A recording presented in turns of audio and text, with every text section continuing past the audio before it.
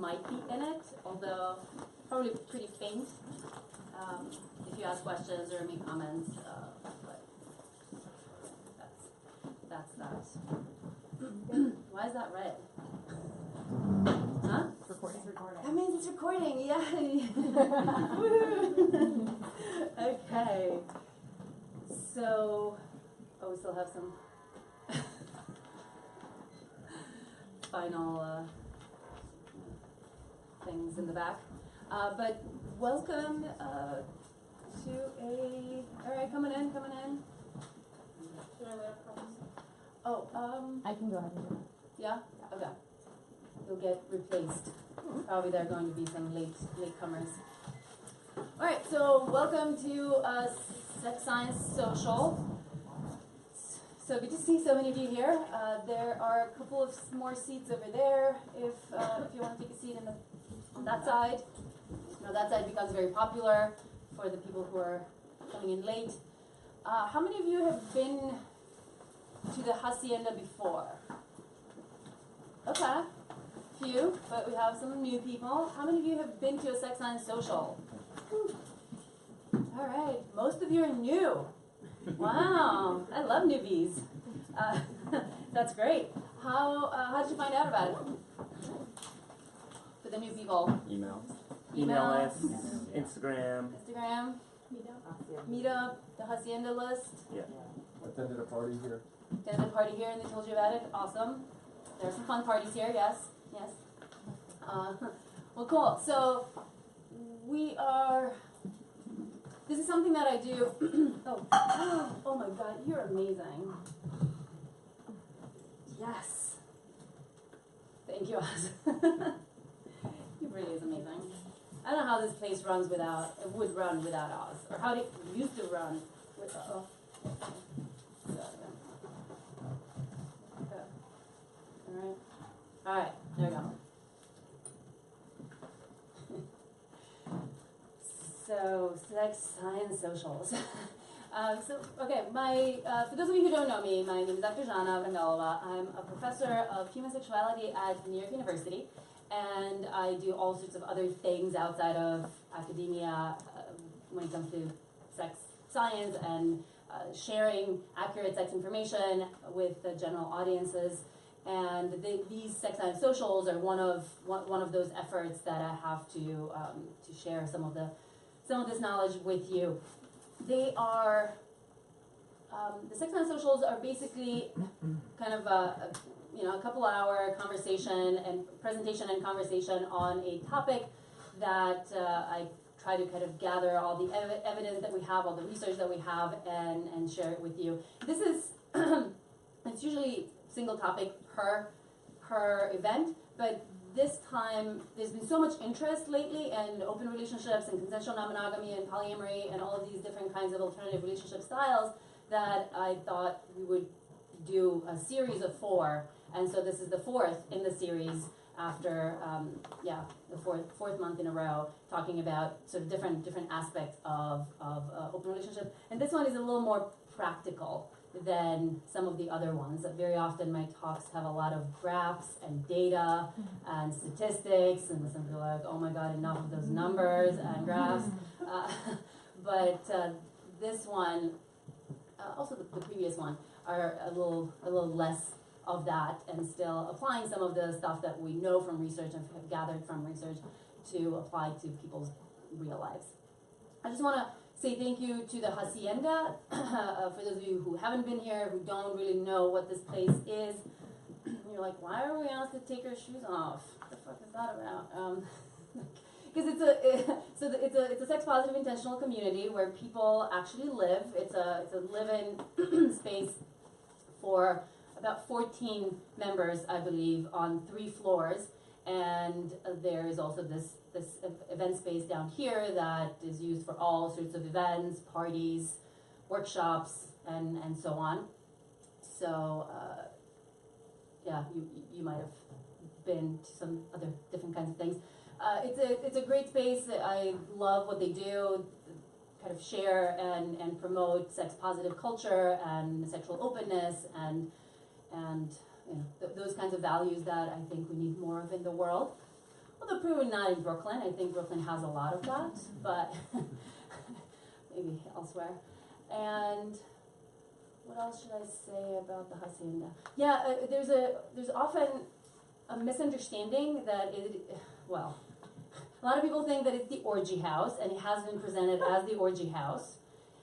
There's been a lot of write-ups in the media about this place, and it's always like, oh my God, sex parties and orgies and whatnot, and everybody's having sex with everybody. So I feel obligated to say that they have an interesting rule here, that the people who live here cannot have sex with other people who live here. Yeah. And as you can imagine, that rule is there because, not always, but very often those kinds of sexual relationships can complicate live-in situations, especially if they don't work out or all that. So they've instituted that rule from the very beginning, and they are sticking to it. So there might be some orgies going on here, but it's not amongst the people who live here.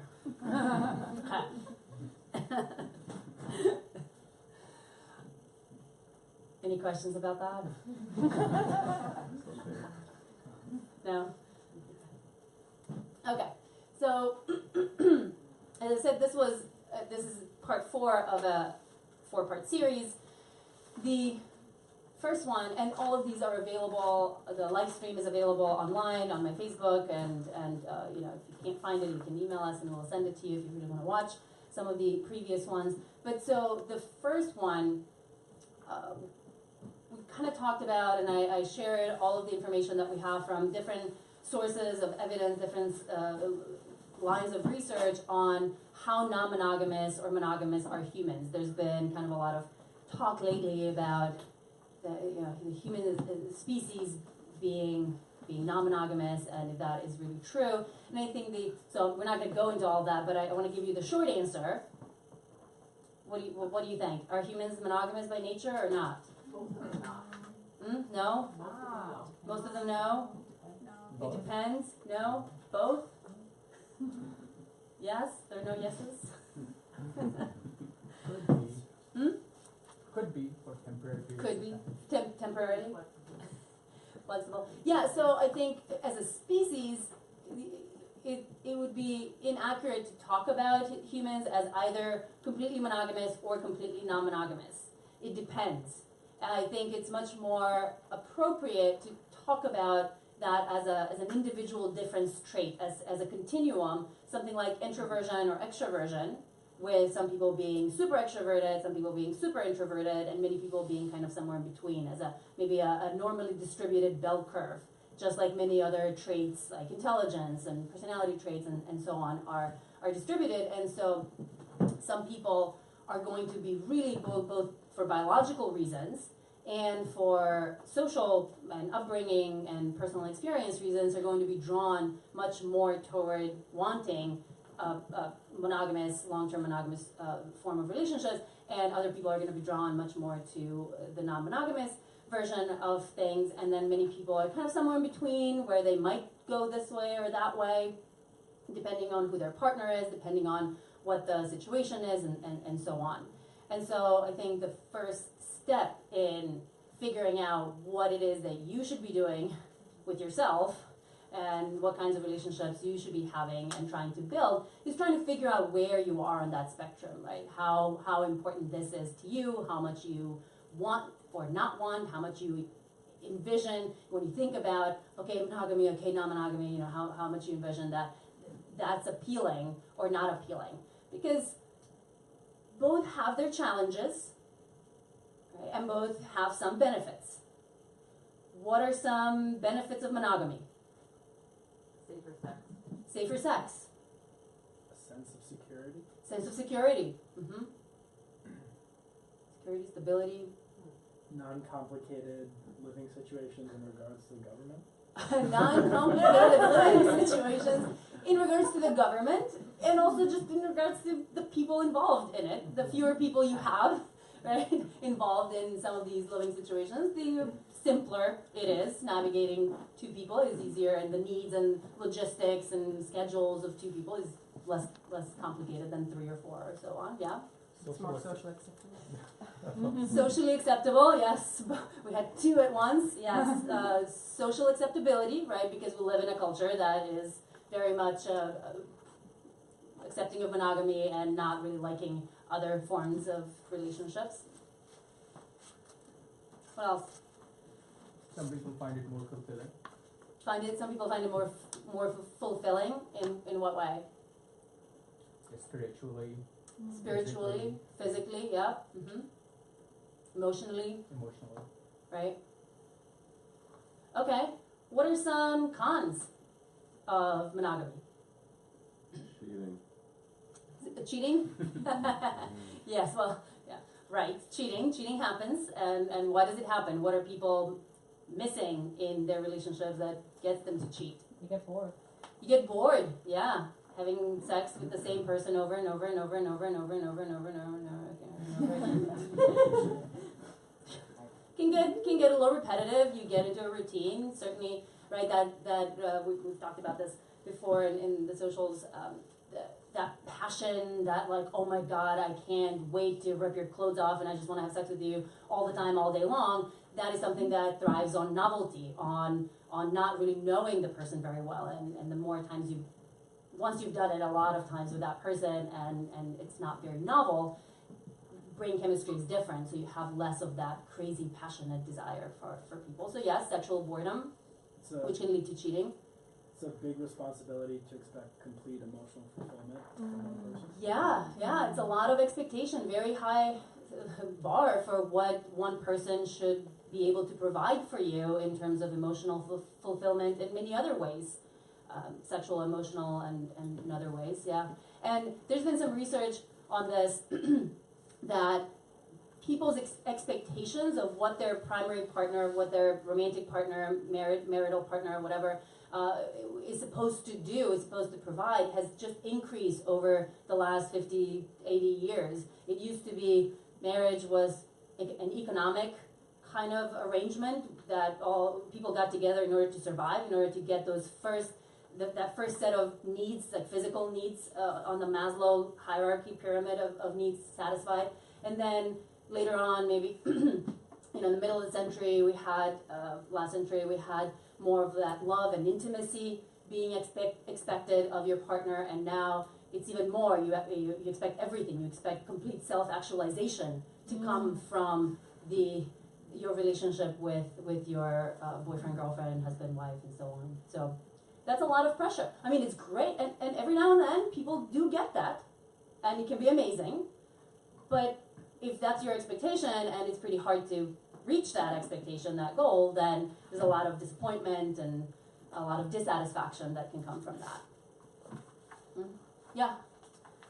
This is one I only framed, once I started learning about non-monogamy, but basically monogamy never forces you to confront jealousy or to name to deal with your shit, basically. You just say if you have monogamous partners, you feel our culture, or just cultures in general, especially for men, entitled people to say, this is my partner, I have control over you. I have the right to control your behavior. Right. So you don't have to check your expectations how to get you. Yes, monogamy doesn't really force you to deal with some difficult feelings, with the feeling of possessiveness and jealousy, because the standard narrative is if something is making you jealous or something that your partner is doing that's making you jealous, that needs to stop immediately, right? Your partner's doing something wrong, they're harming you, they're hurting you, and that has to stop immediately. There's no expectation that you might be asking yourself, okay, why am I feeling so anxious or insecure about what is going on, and is there a way for me to overcome that or work on getting rid of some of those insecurities and maybe which provide some level of personal growth, right? Yeah. There's a lack of a tie break. Lack of a tie break? In a monogamous relationship, you're two people. I want something one way, she wants something another way, but it's no one to cast the third vote. True. Although not all non-monogamous relationships provide that necessarily, depending on the type, which we'll get into, but yes. Okay, how about the pros of non-monogamy, of consensual non-monogamy? Why might you go and try and do that? They kind of mirror, right, the pros and cons of, or the cons and pros of monogamy. Get some needs met, additional needs met that are not being met, whether sexual or maybe non-sexual, they're not being met in your primary relationship, yeah? Exponentially widens your circle of like people you interact with. Widens your circle of people you interact with, yeah, certainly making friends and increasing your social network in deeper ways, depending on, again, to some extent depending on the type of non-monogamy practice.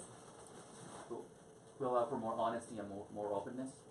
Yeah, asks for more honesty and openness, communication, right? Very, very often you kind of have to talk about these things and communicate, and that's something that probably monogamous couples could learn from too, to up their communications game. Yeah. This was said before, but it makes you confront your insecurities like jealousy. Right. Have a relationship with them instead of avoid them. Yeah, makes you confront your insecurities, forces you to have a relationship with your insecurities, as opposed to avoid them. That's a great way of putting it, yeah. I mean, there's kind of an easier, if 3 people, let's just say for example, are in a situation, if there's 2, then it's usually, one person's always right, one person's always wrong. But in The tie break, yeah. But if you're in a situation where, let's say it's 2 women and a man, and you're both dating him, and one has a problem with something, you could possibly discuss it with the other person and see, is it you, is it that person, is it how you're handling it? There's another perspective to it. Yeah, there's another perspective. Because usually in your let's say a 2-person relationship, there's only A and B, or whatever it is. So. Yeah, so you get a third perspective. What if it becomes 4 of them? Yeah, same thing, you get even then you have more to do majority perspectives. vote, right? Majority vote. Majority vote. Got it. From an evolutionary standpoint, there are higher chances of expanding your gene pool. Yeah, expanding your gene pool, absolutely. You're making babies. Thank you for adding the evolutionary. No, we often don't think about this because these days, right, sex is something that, for the most part, we do for fun, not for procreation. In fact, we do everything in our power to prevent it from leading to procreation. But evolutionarily speaking, a lot of the desires that have developed in us, a lot of those tendencies that we have, why we're attracted to certain people and not to others, and how many people we want to have sex with and when and how, a lot of that has been shaped by the evolutionary need to procreate and make more human babies out there. So, yeah. Yeah. I don't know, this is a question, I guess, but I've heard it argued or seen it argued that non-monogamous structures are less prone to codependence and abuse. There might be less likelihood or less proneness to codependency and abuse. Because there isn't such a silo effect. Right, because there's not such a silo, right, and kind of goes back to you have a third person or a fourth person or other kind of people involved with that you can discuss some of these issues with, can provide an additional perspective, yeah. What's a silo effect? Oh, it's just kind of a closed off, Okay. really, space that, yeah, you two kind of end up being into and nobody else has access to that. From a gender perspective, I'm just talking about my own experience. It allows, I think, women to explore their sexuality more freely and then less judgmental environment, less judgmental partners.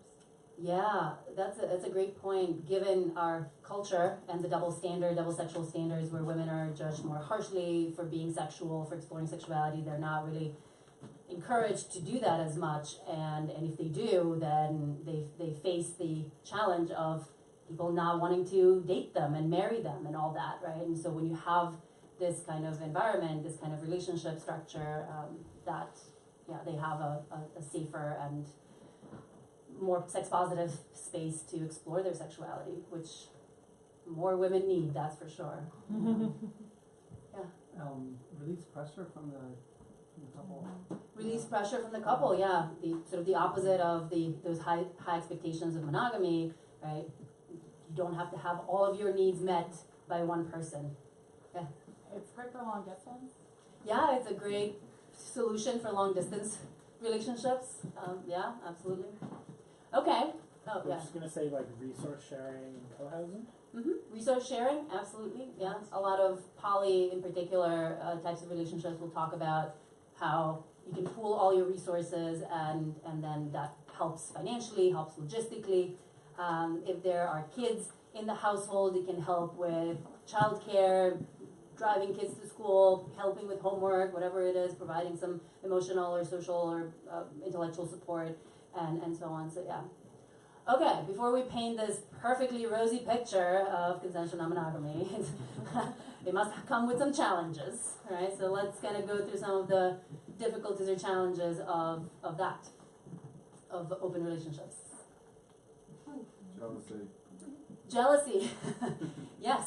So because you're not trying to get rid of all the triggers of jealousy, jealousy is much more likely to come up and sort of rear its ugly head and force you to deal with it. But it is going to come up. Yeah.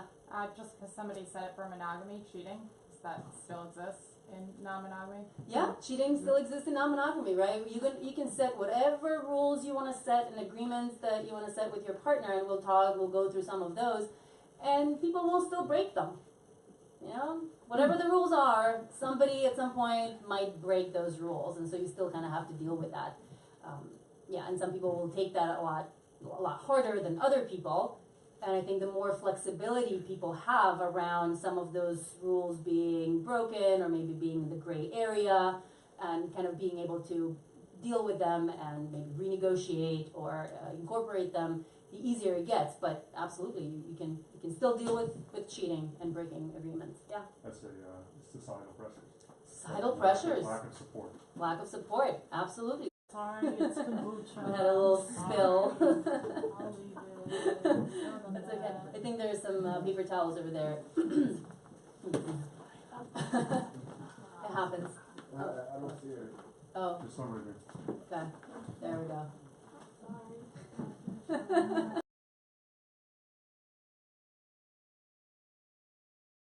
A little paper towel break. That's okay. Right, so if you look at the data, the perceptions that people have are still, they're so different, right? There's so much stigma around consensual non-monogamy in terms of what those relationships are like and what the people who are engaging in those kinds of relationships are like. And pretty much on any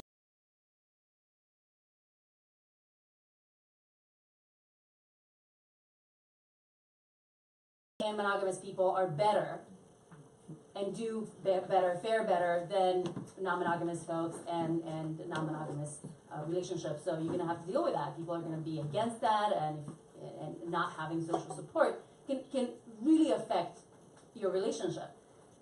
We have, to some extent, this romantic ideal, the Romeo and Juliet effect, that if the whole world is against you in your relationship, that if you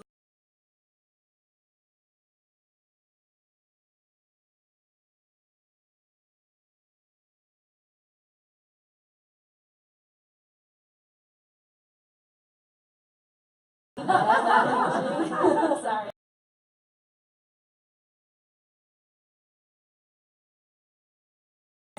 Social support for the relationships, they are much more likely to break up sooner and to be dissatisfied in their relationships, to deal with low self-esteem, to deal with substance abuse, and so on. So yeah, social support is important.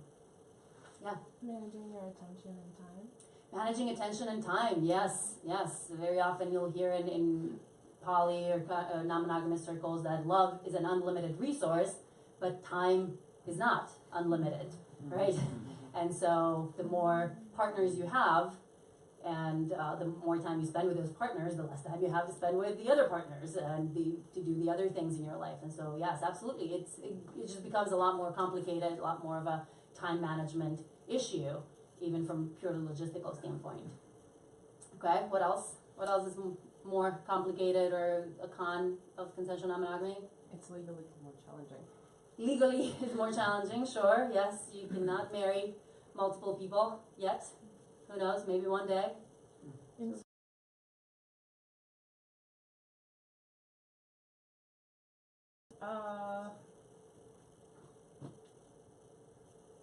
Like feeling like you're not enough if your partner wants to go elsewhere. Right. So that kind of ties into the jealousy that we mentioned, right? That might trigger more and more. I was gonna say competition between, like if you're not, if it's not a, let's just say a triad and everybody's kind of on the same, it's like a general consensus, then it could be two people dating the same person and then there's a, like There can absolutely be hostility that could competition. form because now these people are in competition for that person's attention and it's not Even if it is a triad, even in that you can have competition. You can have two of the people ganging up against one of them and different kind of mini or not feeling like honestly not feeling like equals. Like if it's two people that start and they welcome in a third, then you're kind of always, it might take a while to feel like you're an equal partner, an equal person and not just the third in their relationship. Yep, absolutely. All of these relationship dynamics can get pretty complicated when you involve feelings in particular and when it's not just sex, right, that you might be having with other people. These things can get complicated and these kinds of emotional difficulties can certainly surface. Yeah. I was going to say, basically, discrimination against singles if you practice solo, particularly if you practice solo poly, because especially as a woman, and this, I've been solo and poly for a minute now, and honestly, even the front, to be honest, I don't even see where like this conversation is going. It seems like it's very couple-centered, which is cool, but like even the question on the bottom is like A is no, I want to say single sex and dating, and I think of my relationships, and I wouldn't, some of them I'm dating, like I'm still getting to know them or whatever, but I don't even know how to define that word. Like so many things get redefined. I would say that I have intimate friendships and share different activities, and some of them sexual with different people, and even some of my best friends who are not poly, most of them aren't. I only have 2 people, well, at this point, a pretty good handful of people who are poly, but they have no idea what I mean or how I live my life. Like they're like, well, you're just sleeping around, or like they have like there's nothing wrong with that. So like, so A, or well, in other words, so A, there's like, especially as a woman being single, there's discrimination there, and then saying like, no, I want to stay single and have multiple loves. Yes, so you like, have like you're like, no, you need a core like couple. I'm like, okay, if that happens, great, but no, I'm good. Like, cool. Like, it's a double whammy. Let me just repeat that nobody understands the universe, so that's very personal.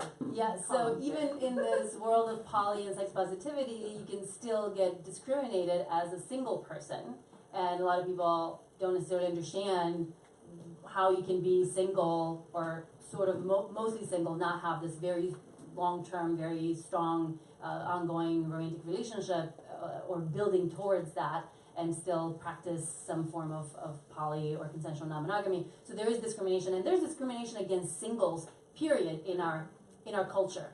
There's actually a fair amount of research that singles get denied housing much more often than coupled people, that they don't get as good service at restaurants. Seriously, yeah. It's kind of fascinating. And it's one of those stigmas that people don't necessarily see. It's invisible, even to the people who are experiencing it. So if you ask a bunch of people, right, think of all the characteristics that you have, the traits or, whatever it is that defines you, that other people might discriminate against you for. And you just give them an open-ended question and they list. And they'll list gender, they'll list race, they'll list sexual orientation, they might list religion, whatever some of these characteristics. Almost nobody lists their relationship status. Nobody. It's something like 5% of the general population who is single will say, I'm being discriminated because I'm single, and in fact, they are discriminated from being single, and especially if you're a woman, especially if you're at a certain point in life when you're like, okay, at this point you really should have had at least one marriage, and at least one something wrong with you, right? Yeah. Okay. Seating arrangements, buses, cars. Yeah, that's really a logistics. Yeah. Yes. Buses, cars. gonna say, like, in the case of a triad, booking a hotel room that's for all three of you. Yeah, Or, like, booking anything- hotels like, when you travel, yeah. Anything marketed to a regular couple, like of two people, if you're a triad or more and you want to all spend time together, it's Yeah. really hard to do so. You get a queen size bed and then a tiny little twin. A pull-out sofa. A pull-out sofa, yeah. For like wedding invitations, like, do you bring both of your? Oh, right, wedding Do you bring, like, invitations, yeah, do you get a plus things two? to the dinner? Do you bring your? Yeah, And seating, she's right, like who sits in the front seat or who yeah, who takes sits in the turns, front I guess? seat? I mean, I don't. I just watched something today, some video of a triad in Arkansas, of all places. Arkansas. They have poly people there too. And I know, it doesn't sound very likely, but they do. And they were talking about how he, after the third person, so it was a married couple, heterosexual married couple, and then a woman joined them, and they bought this bigger truck that had 3 seats, and all 3 could fit in the front seat, because there was no one sits in the back. That was very clearly made the point that nobody sits in the back. So yeah. Yeah.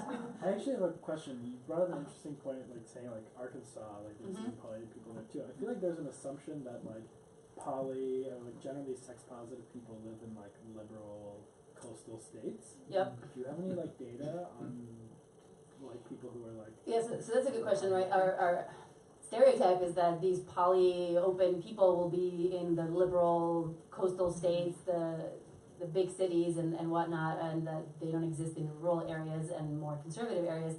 We don't have, it's not like we have nationally representative data on this.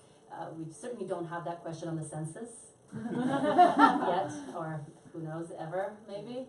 But there's definitely kind of less representative research when you try to get a big sample of people who are some form of poly or open or have gone to a sex party or whatever. You do find people all over, absolutely all over the country.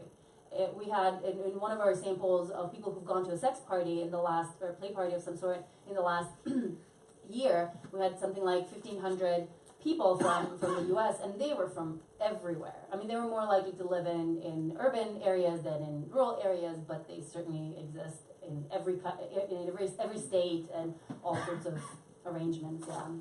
And they're not all liberal. That's another stereotype and myth, really, that all these people engaging in some sort of consensual non-monogamy are also politically liberal. They're not. Maybe about half, at this point probably, it used to be about half, like this old swingers in the 80s. There was some research on them, and they were just as likely to be voting Republican as they were to be voting Democratic. And now I think that has shifted a little bit, maybe something like 40% are Republican voters, but obviously it's going to be very different in Brooklyn. But it doesn't always dovetail very neatly in how we think. Also religion and those kinds of things. If you see people who are open and pretty religious and relatively conservative in other ways. So, yeah. Okay, all right, so lots of pros and cons to both, and it really is a matter of what are you as a person with all your personality characteristics, with all of your physical characteristics, given your environment, social environment, physical environment, geographical environment, where you are and how you're living your life and what is available and what is not available, you might find that some of these pros are more appealing to you, and they are worth dealing with some of the cons that go with it, and vice versa.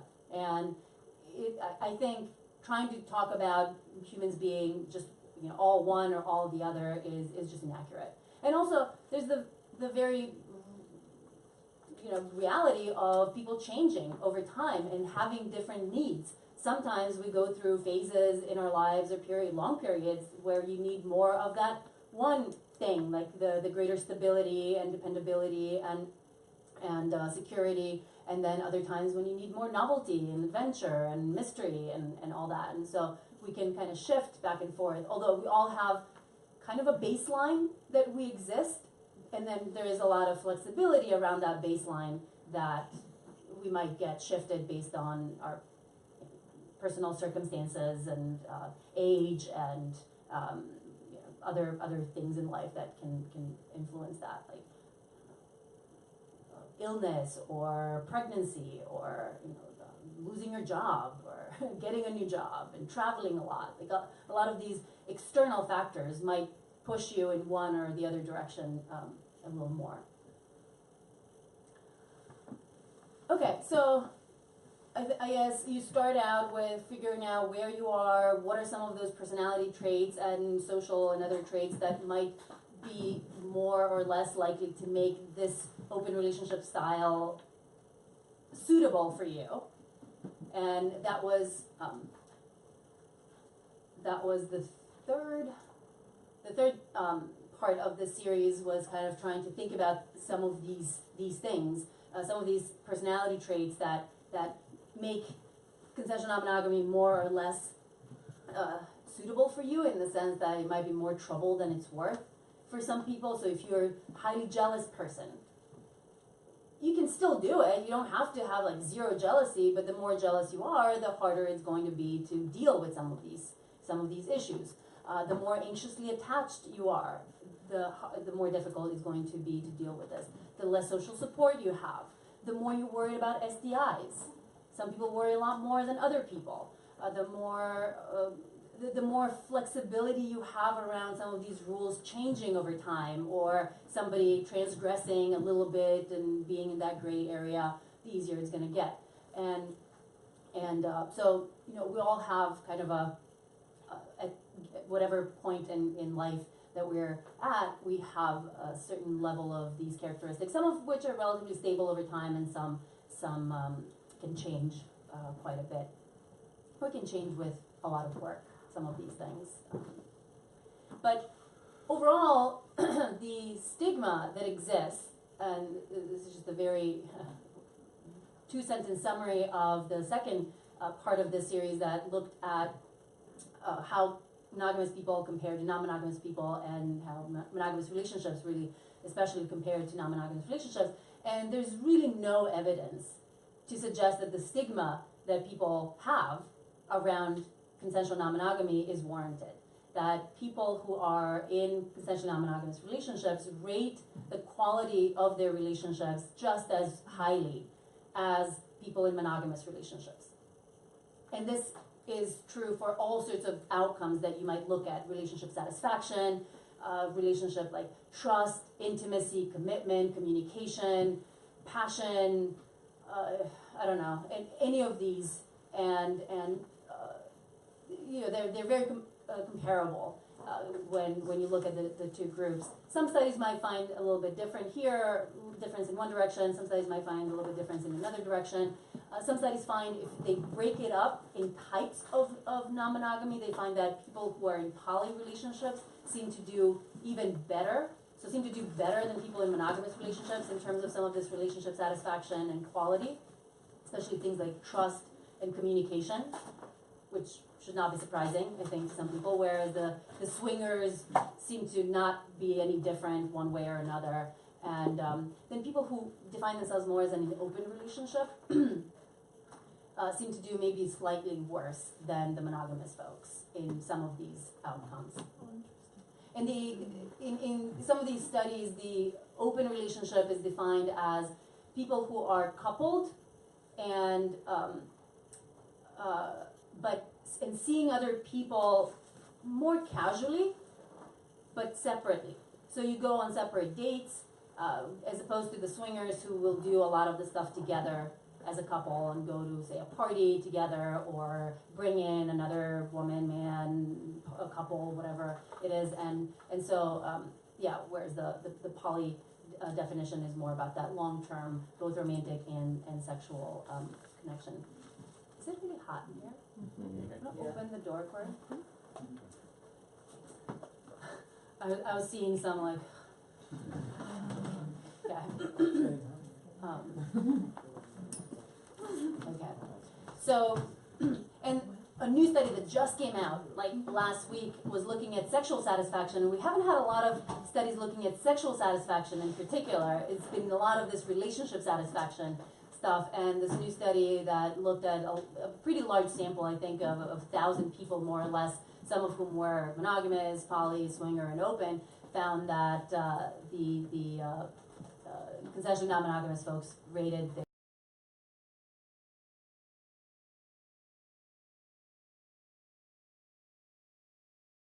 I think to people, given that that is often the primary goal for many people to go and seek out other partners. Okay. Any thoughts, questions about some of these Where things? does the data come from? Where did those data come from?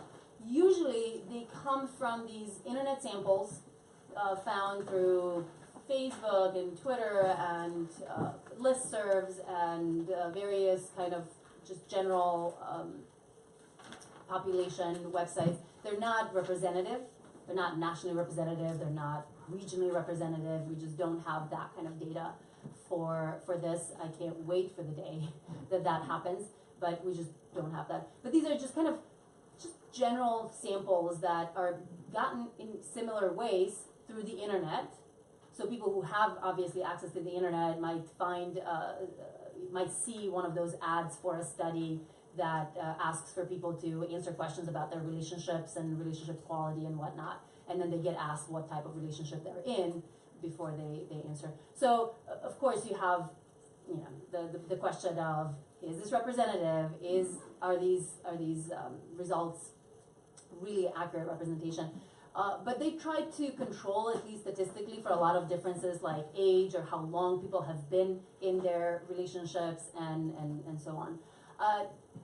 To the solo poly people, we don't have any research on the sort of relationship satisfaction, I guess, or the relationship situation satisfaction, or their sexual satisfaction, or any of these other outcomes of people who might be identifying themselves as solo poly.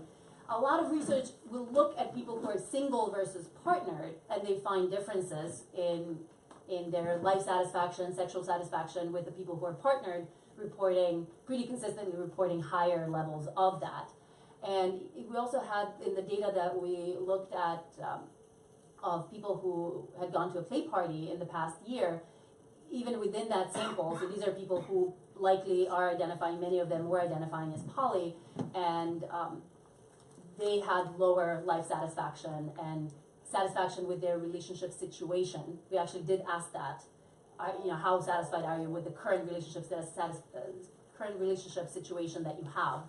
And they were less satisfied than the people who were partnered. And so, of course, the single group consists of people who don't want to be single, who are hoping to find a long-term partner, and then a subgroup of people who are pretty happy being single in this poly way. Yeah. So I have a question. I heard you say the term non-monogamous relationship. Mm-hmm. I mean, couldn't you ultimately have a poly-monogamous relationship and run into the same problems where it's three people who are under an agreement, but the same situations as two could generally come up? Right. How is about polymonogamy? Is that a word? Polymonogamy. Is that a concept? So there are these arrangements that the term polyfidelity is applied to. So when you have a triad or a quad or whatever closed or whatever number of people, as long as they're all only having sex and relationships with the people in that group, that would be polyfidelity. So it's not monogamy, because monogamy requires one person. So as long as you have two people, it goes beyond monogamy. But yes, you can certainly have these kind of closed arrangements, poly arrangements, and you could run into some of the same issues that you run into with monogamy. Okay, so all that said, there are lots of different ways to have a non-monogamous relationship. And I love showing this graph. I did not make it. I can't take any credit for it. It was created by Franklin Vo, who's a polyamory activist. His name is Franklin Vo. His name is like up there somewhere. You can, yeah. So he created that, what is it, 2010.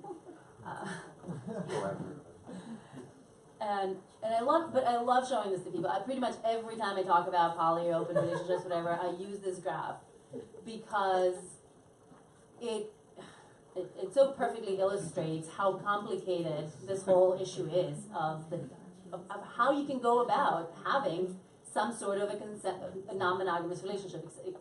I'm not going to say consensually non-monogamous because you see the cheating is in there as well, which is non-consensual non-monogamy, right?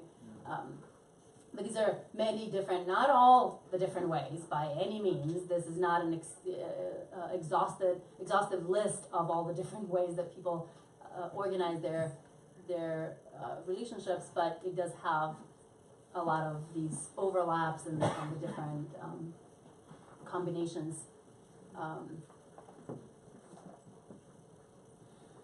Any stand out or you want to ask something or say something about? Dragon Con. What is that? Dragon Con. You guys say more? Unicorn poly. Unicorn poly, yes. Unicorn poly. My husband, the minister, is not having relations with that male escort. Wait, what is it? That one says, my husband, the minister, is not having relations with that male escort.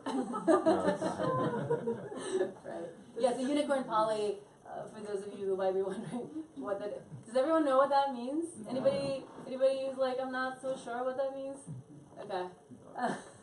Unicorns are usually single women, single poly maybe women in the lifestyle who are perfectly happy being a third partner to a couple, usually heterosexual male-female couple, and they are not going to create any drama, and they're not going to interfere with the couple, but they're just going to provide all the fun and games. And according to depending on your definition, you're also not going to want any other relationships. Oh, right, that's true. Depending on your expectation, definition, they might not want to be in relationships with anybody else. They're perfectly happy to just date you and your significant other. This actually works for a lot of people. It's not like, there's a lot of snarky comments about this, and like people being like, oh, the whole unicorn chasing and whatnot. I don't think that's warranted. I mean, to some extent it might be, because you have a lot of these hetero couples where the guy's like, you're not fucking any other men, but I could certainly be with other women, right? And so it comes from that very possessive way of men interacting with their girlfriends and wives and whatnot. But I think that does work for a lot of people. I don't think there's anything wrong if you're a woman and you find a male-female couple and you want to date them and they want to date you, by all means, go for it. I don't think that inherently there's anything wrong with that. That one on top is the best. This is my wife, her boyfriend, my boyfriend, and our girlfriend. Her husband will be joining us. Sleeve, and what's the other one with the BDSM part? There's another one that's just like it. Here's her. I can't read. I can't see it that far away, but. Which one? There's I can't read it. Probably in the orange. I can't really my read them husband here. visits pro-dom. I don't know what they do. Yeah, so nobody mentioned this. We kind of mentioned it maybe in a very broad way about some of that satisfying sexual needs more broadly, but BDSM is very often the reason why people end up opening up, because there is a disconnect or a lack of overlap, rather, between two people in a couple in terms of their kinky interests. Maybe one partner is very vanilla, the other one is kinky, or maybe they're both submissive or both dominant, and they want to satisfy some of these other needs that they have. And so very often the openness, or one way to deal with that paradox or issue, is to open up and have maybe some rules around that. Yeah. So.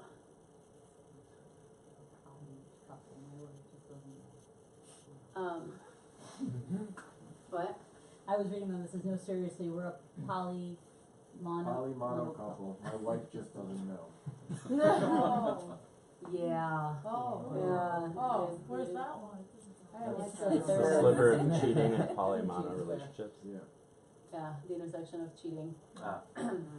Right. When people are not aware, when one partner is not aware of what the other partner is doing. And you'd be surprised that there are some people who are pretty embedded in some of these poly communities who have partners who don't know. And they'll go to sex parties and they'll go to these events and whatnot, and they have long-term wives and husbands who have no idea that it's a small percentage, but they do exist. But does that fall under cheating or don't ask, don't tell?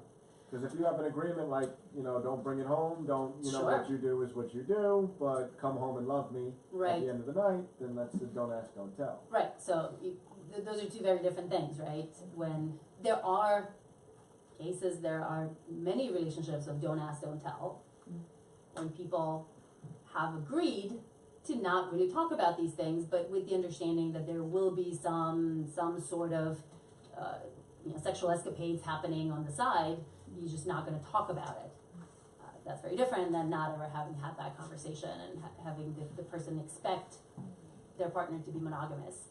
Now, there's a lot of also kind of prejudice against don't ask, don't tell in many of the poly communities, sex positive communities, thinking that that is almost as bad as cheating. On one hand, that it's almost as immoral as cheating. Or the other view is that it just doesn't work. It can't possibly work. And eventually things are going to come out and you're going to have to deal with that and whatnot. I don't think that's true. I think if for some people that actually works. Because for many people, knowing these things, knowing the details, knowing who the person is, knowing what happened, when it happened, and all that, that is very triggering. That is triggering of the insecurities that someone might have. But they understand, they accept the fact that their partner needs, something on the side every now and then, or however that works out, and they're okay with that happening as long as.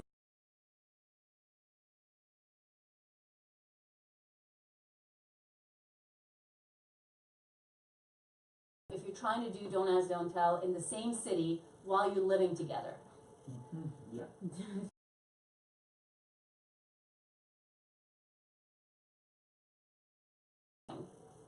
And so if you're like, I'm going out tonight, and they're like, oh yeah, well, what are you up to tonight?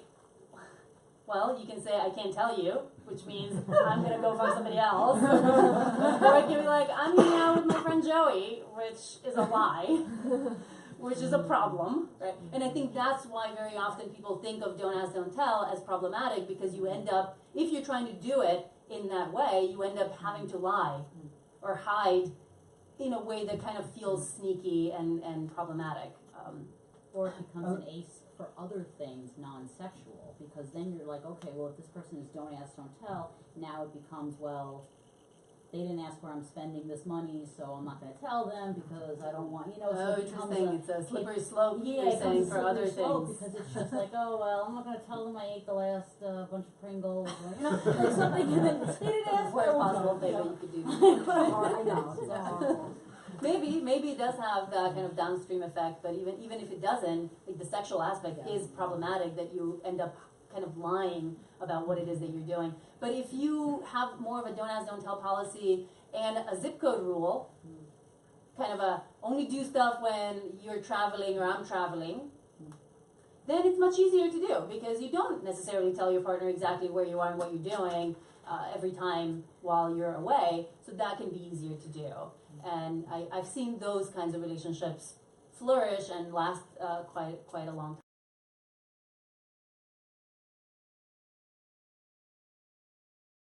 time. The guy who wrote this chart also co-wrote this book. Oh yeah. Was it more than two? Yeah, more than two. So I guess they talk just briefly about the don't ask, don't tell. They talk about insecurities or jealousy as something that basically the more sort of like, it almost reminds me of white fragility a little bit, or male fragility. It's like if you don't breach it, if you don't challenge it, they were citing sort of anecdotal data and experiences that it's more likely to become a problem. So just similar to the slippery slope, it's like if you construct yourself as too fragile to know. Right. then Yeah, you know, if you're not willing to go, I don't know, so that's, I guess they're just different experiences. yeah, so there is this way of thinking or school of thought, I guess, especially in poly circles that, and many of the poly activists like Frank Vo in More Than Two, which is a great book, by the way, I highly recommend as one of those poly and consensual non-monogamy books. So there's this school of thought that you really should be dealing with the jealousy. You really should be confronted with your insecurities, and that by having a don't ask, don't tell policy, or by having whatever triggers, so it doesn't have to be as extreme as don't ask, don't tell. You can also have a ask and tell kind of policy, but you have lots of rules around who you can have sex with, when and how, and right, a lot of rules that is trying to get rid of whatever triggers you have. And that if you have a lot of triggers and you just create this like super tiny container of what I'm comfortable with my partner doing, and you can't have sex with anybody else outside of that, or in any other way outside of that, or in any other place or time or whatever, that by doing that, by removing all of those triggers, that you're preventing yourself from growing and you know, dealing with some of these demons and insecurities that you might have, and that eventually that's going to come back and bite you, and it's going to explode or whatever. We don't have like good empirical data, so you have anecdotal evidence where that has happened for sure. Can that happen? Absolutely, yes, yes it can. But I think that's in some ways it's an idealistic vision of where we should get to. That everybody should get to this point of being perfectly okay with everything, and their partner being able to do everything whenever they want, however they want it, and however much they want to. And I don't know if that should be the goal for everyone. I don't think that everybody needs to get there or could get there, or I think you can have perfectly satisfying long-term relationships, solo or partnered in, or you know, with many other people, even if you don't have that.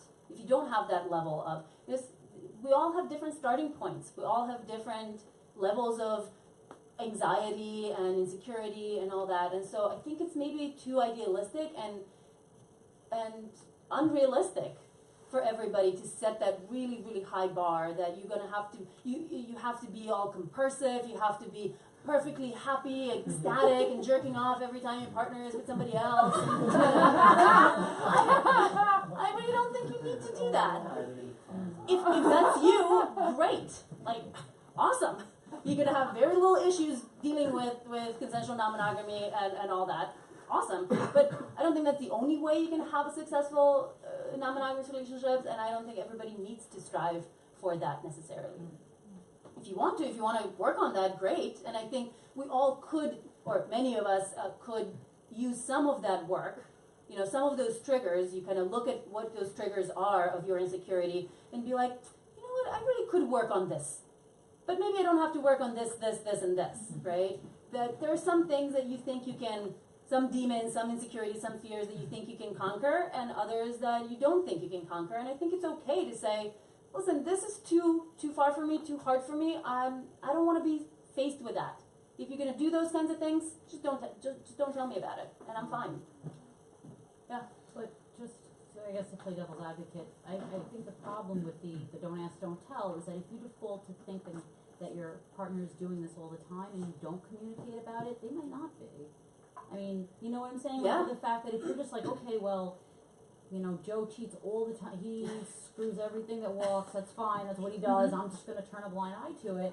And he's really not. And then you've set a stage that now you might have a certain animosity towards this person that communication might, you know, Yeah, so there is, I think, one of the dangers of don't ask, don't tell, where you don't, because you don't know, you're not asking and they're not telling, you don't actually know how much of that is going on. And it could be happening a lot more than you really would be okay with. So, which is why I think when people come up with the don't ask, don't tell policies, they should have a bit of that conversation in terms of that we're going to do it in a little bit, and that all these worksheets are, as to, okay, what kind of open relationship do you want, or what kinds of needs and sexual needs and desires do you have that you would ideally like to see met in this relationship, and to kind of have a general idea and set some parameters around that. So if you're the person who doesn't want to know, be like, okay, I think I'm okay with you doing that, but maybe keep it to once a year on your birthday. I don't know, maybe not the birthday because we're celebrating together, but whatever, you know, once a year you get a hall pass, I don't want to know about it. Or whenever you travel, you can do that, and I know how often you travel, right? So I have a sense of that. Or do it, whatever, you set a number of times, maybe you set some parameters like don't fuck our friends. Because we have this don't ask, don't tell, I'm not gonna know about it, and that's really odd and weird. It's a very different scenario if we all know about it, and you're fucking our friends because we're all talking about it and we're having fun about it and all that. That's a different scenario. But if I don't know, that puts me in a very weird situation. So you can have that conversation about some container, setting a container ahead of time, and I think you absolutely should do that. People, very often the mistake that people do with don't ask, don't tell is not set any parameters. They're like, okay, I guess you can do some stuff on the side. Okay, fine, just don't tell me about it, and that's it. And that some stuff could be once a year, or it could be every week, and it could be your best friend or a complete stranger. And so, yeah, I think that is a potential danger, and there's a way to address that danger, to minimize, to mitigate that risk by having a conversation about what form of non-monogamy that those sexcapades are going to take. Was there? You say something? Oh, okay. As a piggyback on what you were just saying, as the other person, so to speak, often, would you, in other words, are there good questions you would recommend?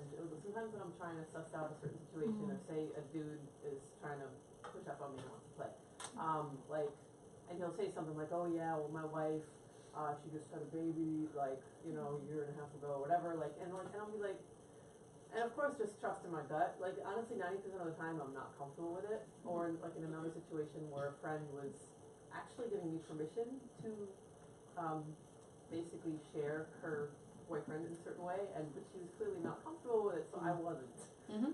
What are some good questions, like being in that, like basically being like, is this a good situation, or is this, have these people done their homework? Right. Yeah. How do you? Usually the answer is no. How do you assess that the other people, especially if you're hooking up or playing or whatever with other people who are partnered? Yeah. Can I ask them, like, okay, what are her boundaries, or what is? Yeah, I think you absolutely can have a very open conversation about it. Like, is your partner okay with this? And they're like, yeah. And you're like, okay, well, what have you discussed? Like, what are your rules? What are your agreements? What are your boundaries? You know, what is she okay with? What is she not okay with? You can absolutely talk about that. And then you'll get a sense of whether they've actually had a more in-depth conversation, or was it this very vague thing, or they probably didn't even have it, and he's just telling you that they did, which can happen. Yeah, right? Yeah. Yeah, trust. Trust, yes. I trust when someone tells you something that it's true, but sometimes you gotta do your homework. Yeah, and very often we have to make these split-second decisions, or whatever, split minute or something. You know, you're there in a scenario, you can't exactly call up the other person and be like, so, is what this person is saying about your relationship true or not, right? We have cell phones, of course. We do have cell phones, you could, but... You also say don't ask, don't tell, so you can't ask. Yeah, if they say don't ask, don't tell, there you go. You can't ask. I also want to add that, like, I'm a poly person in a partner relationship, and frankly, I feel a little bit discriminated by that, because when people get to know that, they start to assume, okay, that will be hierarchical, that will be not like true poly, or probably you're lying, your wife put aware, and you're just cheating. So it's very difficult thing to. True. Yeah. So that. I'm so glad you brought that up. Yeah, it is. I think very often we doubt some of these things more than we should, and many of you may have that experience. I have that experience because I was married for 6-7 years, and we were very open, and he ended up running into this all the time, of women that he was trying to be with, date, have sex, whatever, saying, there's no way your wife's okay with this. He's like, she is really okay with this. You can call her right now and she'll be okay with it. And they're like, no, there's no way. And they would honestly not believe him, even though it was absolutely true, right? So I think a lot of that stigma that is associated with open relationships and the distrust of men in particular in these heterosexual kinds of relationships, that they must be cheating, they must be lying about this whole openness because it's a way to do that, because no way the women are okay with it. And so it's an interesting dance, you know. You have to decide what seems more likely or not likely, case by case. It's a frustrating dance when you're the It guy. can be a frustrating dance indeed, yeah, I bet. It's like, do I have to, let me bring her over here, let me introduce you to her, you Right. two can talk, and then you can, but Yeah. by then it just kills the mood. Yes, yeah, absolutely, yeah, it does, can kill the mood, yeah. I do think it's somewhat of a generational thing though, because I hear that a lot from men in like their 30s and 40s, like talking about that, and they kind of joke around about it. But I find that among like college age people and people in their early 20s, the perception is changing quite a bit. Maybe because of like hookup culture being more acceptable in our generation. But I find that I almost never run into that issue where I tell someone like, oh, like my partner is okay with it, and like You always get laid. yeah. Like you, good to be 22 or something. Sorry.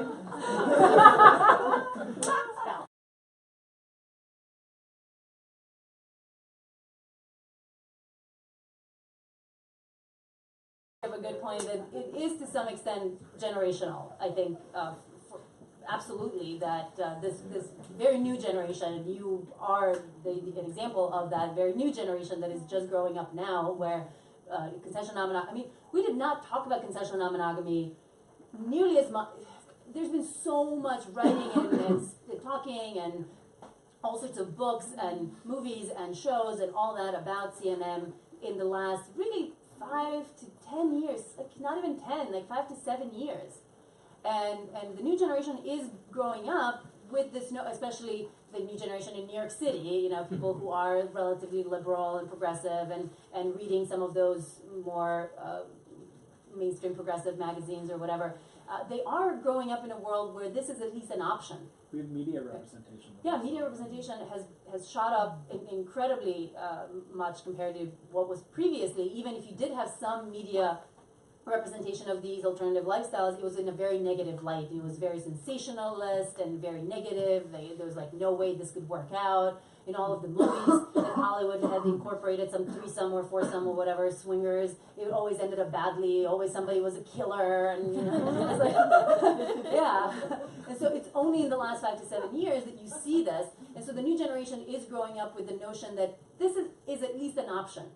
They may not say that it's, or have decided that it's not an option for them, or at least not an option for them at this point, but they're aware that it's an option and that some people might have chosen it as an option, whereas the older generation really doesn't have as much of that. And it really is, if a guy is trying to hook up with another woman who's not his wife, he's probably cheating, right? That's so ingrained in that older generation. So yeah, I think to some extent that is generational.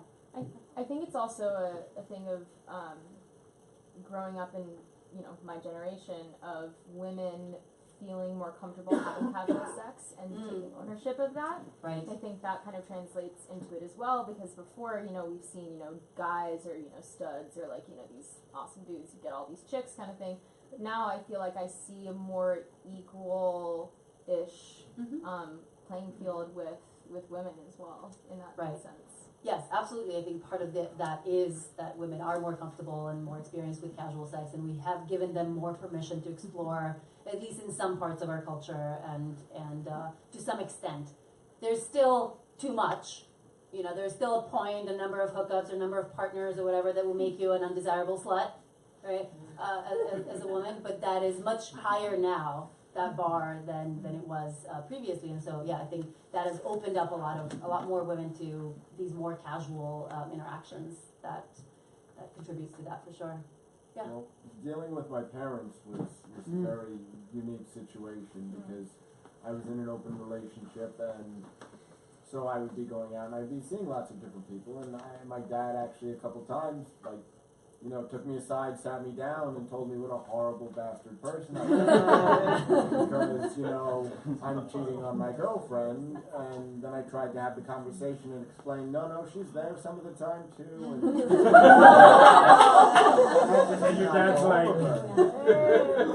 yeah, absolutely. Yeah, the older generation grew up very differently. Yeah. Well, I was gonna say, commenting on like the idea of like options and everything. Even if you look at like dating apps nowadays, it's not just like Tinder. And if you're looking for something like, let's say you're like, oh my god, it's so weird. Like I'm like 28. That's not me. And I like want to have a threesome for the first time in my life. I'm going to like maybe you had put yourself on like seeking arrangement like 10 years ago. Now there's literally like apps for like, I'm somebody who wants to be in a threesome, so I'm gonna put myself on field. And you can like, there's like a drop down menu for, I don't think it's on that one, but like on some apps where it's just like, I'm looking for a casual thing. I'm looking for like a committed triad. I'm a unicorn. Like you can define all of these things and explore it in that way. And I think that having like an app resource like that actually helps people educate themselves because they're like, unicorn, I don't know what that is. I'm gonna look on Urban Dictionary because the internet's ridiculous and I'll figure it all out. Yep, absolutely. Shut up. I'm so glad that they were like, that's not me, okay? I'm not gonna be 28 and not have had a threesome. Got it. The new generation, man. They're all like 21.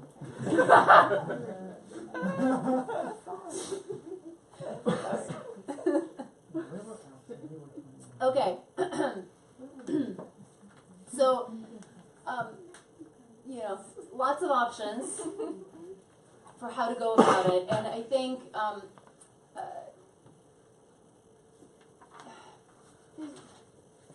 there's no really one perfect answer for exactly what your relationship, perfect C&M relationship is going to look like, but there are some things that I think people should consider when starting on that journey, whether for the first time or with a new partner, or, you know, just even kind of considering as they're sitting there single, like, what do I want? What kind of relationships might work for me or not work for me within this general big, massive umbrella of openness. So, you know, make sure you want it and your partner wants it, and if you have a partner or partners, and that it's for the right reasons, right, that it's not kind of pressured and whatnot, then what a lot of these hangouts are about is kind of thinking or pulling up a kind of a tasting menu, if you will, of all the different kinds of things that might come up, all the different kinds of preferences and desires that people might have regarding their open relationships or open, you know, relationship situation, and all the different limitations and insecurities and fears that they might have in terms of what they're okay with their partner doing if they have a partner and are doing this as part of a couple. So I think it's important to think about some of these things. They're, you know, you're going to find, and we're going to very kind of briefly go over some of these, but you can take them home and then think about them and play around with them. But there's so many different things that you could potentially think about. Some of them are going to be completely irrelevant to you, like, oh, I don't care about, you know, the color of the hair, the hair color of who my partner has sex with. But for somebody, it could be like, no blondes. I don't know, for whatever reason, you know, you have a thing that, you know, blondes are triggering for you, and so no blondes, or no big boobed women, or I don't know, no one with a bigger dick than mine. You know? People have all sorts of things, all sorts of triggers, right? So I think it's really important to think about those for yourself. What are the things that you want in this open relationship or open relationship situation? What are the things that you're okay with or not okay with your partner doing? And then if you have a partner, then kind of compare notes. So if you have a partner and you kind of want to do this exercise, do these, fill these out on your own. And then come together and compare notes. Oh. Yeah, because then you kind of see what are some of these desires that your partner has. Where do you have an overlap? What are some of the things that they want that you're perfectly fine with? And you want to start there. You know, find the things that they want and you're fine with, and that you want and they're fine with, and that's kind of the beginning of your exploration, if you haven't started on that path already. But that's kind of the lowest hanging fruit, right? That seems like the safest thing to do. Nobody's going to get triggered, or chances are that people are not going to get as triggered as they might with some of these other things that where there is more of a discrepancy. Now, that's not a surefire way of preventing that from happening. Sometimes we have these things, we think it's going to be fine. You know, the big dick guy is totally fine, and then she goes out and has sex with him, and you're like, oh man, I don't feel comfortable about that. You know? Can we revise that rule?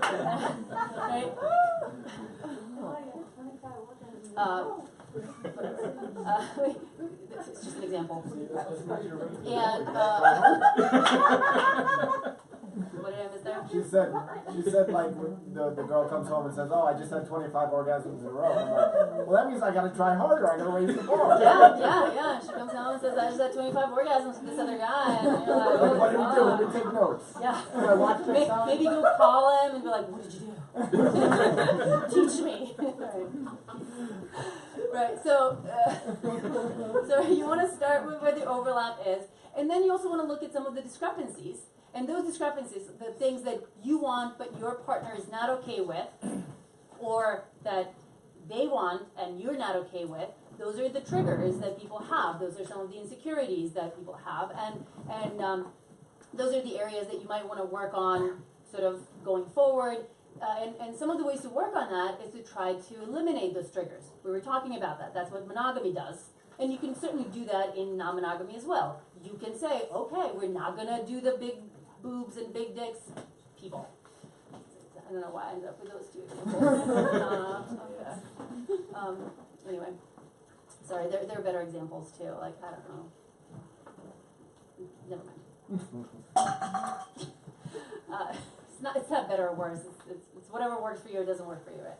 And but so you can remove those triggers, and it doesn't have to be about who you have sex with. It could be about where and when you have sex with people and what kind of sex you have, right? It could be, you know, no kissing with other people because that feels very intimate to me, or no anal sex. Anal sex is special and is just for us, or something like that. And then you may want to think about, okay, why is this such a big obstacle? Like, I really want to kiss the people that I have sex with, and if you don't feel comfortable with me kissing people, then let's maybe work on this. One way to work is, okay, fine, I'm not going to kiss anybody. Another way is, maybe you can change, or I can make you more comfortable about this, whatever it is that is triggering you. Like, do you feel like I'm going to fall in love with this person because kissing is more intimate, and I'm going to end up leaving you? Then maybe we can find some other ways to work around that, or maybe I can be very reassuring about the fact that I have not fallen in love with this person that I was making out with, or maybe I only get to make out with that person once every 6 months, or you know, some other ways to mitigate that fear. And you can also work on yourself to kind of get more comfortable in the relationship, more comfortable with yourself, and all that. So those are some of the things that you might decide to kind of push the boundaries. You start with the safe container of the things that everybody's okay with and wants, and then you can kind of work around some of those other issues that are more of a problem. Then you try things out, see how they work, see how they go. You come back together, you have communication around how things went. As we said, some of these things you might think you're perfectly fine with, and then your partner does it, and you don't feel very fine with it. And the other way is true also. Very often many people will start out with a lot of rules. Right? They'll have a pretty strict container around what is acceptable and what isn't, and then slowly kind of push the boundaries, maybe be like, okay, let's try this just once. And then they try it once and like, oh yeah, that actually wasn't that big of a deal. Or somebody kind of crosses the boundary, maybe in a gray area, maybe not in such a gray area, but they just cross it, and the other person was like, well, you shouldn't have crossed that line, but it's actually not that big of a deal, right? I'm fine with that. And so, yeah, you talk about it.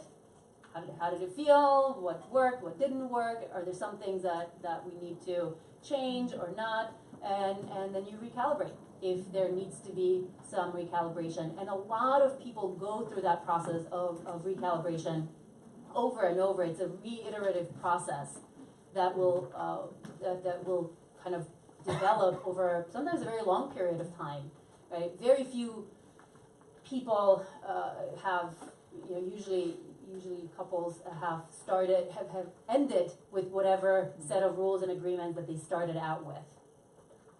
Usually it goes in the set a lot of rules and then pare them down until you get, and very often people will be like, yeah, we started out with like a whole laundry list of what you can't do, and then we got to the point after a few years or 10 years or whatever, just use a condom. Yeah. And sometimes it's the other way around. If people don't have a lot of talks about what kind of non-monogamy they want, if they have one of those like, okay, let's open it up. Okay, cool, let's open it up. And that's it. So what? Like, yeah, exactly. How? When? Who can you fuck? When can you fuck them? You know, what kinds of relationships can you have with these people outside of the sex that you're having? Like, all of these things that people should talk about. And so very often in those situations, you start out with basically no rules. And then as people do things that hurt the other person, they're like, okay, we need to, you know, put an end to that, and we need to put an end to that, and we put an end to that, you know. So you kind of create, you go towards that other direction of setting more rules, or over time. It seems more traumatic. It does seem more traumatic. I think you're right. Yeah. Yeah. In most cases, that is experienced as more traumatic because people end up setting those rules after somebody did something that hurt them, that upset them, that caused a fair amount of jealousy and distress, and they had to deal with it, they had to cope with that, they had to go through these much more difficult conversations of what we do now after something bad has happened, as opposed to trying to prevent that bad thing from happening in the first place. And so yeah, I mean, sometimes it works for people if people are not super reactive. That's another thing. Like some people are very, get super distressed and reactive when some of these things happen, and other people are more blasé about things. And so, you know, in those situations it might work out. But you know, my advice would always be to go through a more detailed kind of conversation around at least some of the things that are really important to you, or both in terms of what you want to have and in terms of what are some of your absolute hard limits of what your partner can have, or you're comfortable with your partner doing or having. And yeah, at least some of those deal breakers and deal makers for you and your partner is usually a good idea to go over and discuss and make sure that you overlap and that there are no these major discrepancies. Like if you're like, yeah, my idea of openness involves fucking 3 different people every week, and your idea of openness involves, yeah, you can have someone once a year, well, that's a problem, right? if you don't discuss that ahead of time. Or one big question is love okay with other people? Like emotional connection and intimacy and dating and relationship, is that okay or not? And you know, for some people, that is really triggering, having their partner fall in love with somebody else, and they want to prevent that from happening. And their idea of openness does not include their partner or themselves falling in love with other people and dating other people. And in other cases, you do want that. And so these are things that you probably should discuss. You probably should have a conversation about. This is what you're going to find in some of those, in the handouts. What I just talked about a second ago, in terms of trying to figure out what is the kind of open relationship that you want. Well, first of all, the first thing is, do you even want a relationship? Or do you want to be solo, poly? Be an ethical slut that is single, right? And don't have, and I use the word slut in the most positive way, obviously. I'm one of those people who wants to reclaim that word as opposed to erase it from the dictionary. I don't wanna go into that whole discussion, I know. There are pros and cons to both views, but I really love that word, so I'm gonna keep using it. So right, you might decide that you don't actually want a long-term romantic live-in relationship with anybody ever or for a very long time, that, you know, unless it's absolutely perfect, right? That you are actually perfectly happy having these other less kind of intense and less involved types of fuck buddies, friends with benefits, lovers, one-night stands, whatever it is that you want to do. So that's kind of the first question. Yeah. I had a question. Is there any info on like the frequency of sex only versus sex plus love? Or like which is more common? What about love with no sex? Yeah, there's that too. so right, How so do you can control that? Like, how can you? Okay, I don't okay. never fell in love. Okay, so those are several questions. Hold on, one at a time. They're all good questions, one at a time. So, right, so the first question to answer, I think that one of those questions that is going to define a lot of the other aspects of what your relationship is going to be like is it just going to be casual sex on the side with other people, or is it going to involve love? And in a small percentage of cases, you might have the love, the emotional connection without the sex. But I think those are more rare, and absolutely, I think that's and when you go through the handouts, you can literally say yes to sex, yes to love, no to sex, no to love, and so you can form whatever combo of these things that you want or you're okay with your partner having. Again, because some of these things, God, people have very strong feelings about some of these things, right? For some people, those emotions are really tricky, and they really want to not have them in their couple, right? They don't want anybody else encroaching on that emotional territory. And very often you'll hear people talk about being monogamous because they're emotionally exclusive. Like they'll use the word monogamy. You hear that with swinger couples very often. That, oh no, we're monogamous because we only date and love and are emotionally or romantically committed to each other, even though we have sex with other people, right? So for some people, this is very, very strong boundary, very strong, hard limit, hard no, that no emotions will be involved. And for other people, right, the more poly version of open consensual non-monogamy is that some of these love and emotion and dating and romantic relationships are incorporated. We don't have good data on the prevalence, to answer your question or to not answer your question, because for something like that you would need more of a nationally representative sample or a regionally representative sample of the population and to ask that question, and we don't have that. The best that we have so far in terms of nationally representative data is a question of, do you have some form of a consensually non-monogamous relationship? And about 2 or 3% of people who are currently in a relationship say that they have some form of openness, taking a nationally representative sample. I think if you look at some other kind of indirect evidence, like how often, there's a study that was published on how frequently the different terms are being looked up on Google. And polyamory has increased tremendously over the last few years. And swinging, on the other hand, has decreased over time. So it seems to me like there is at least some increase, and the old version, the more prevalent version of openness was the swinging type of we're just having casual sex with other people and having this very couple-centric view of the relationship. That may be now changing with either the majority of people in some sort of openness or at least maybe 50-50 kind of going down the poly route to at least some extent. But we don't have very good data on that. I'm looking forward to someone asking these more detailed questions. To answer your question, like, how do you control that? Feelings happen. You catch feelings, right? Very often, you can't really prevent them from happening. Yes and no. Yes, feelings happen, absolutely. And you can also use some strategies to control them.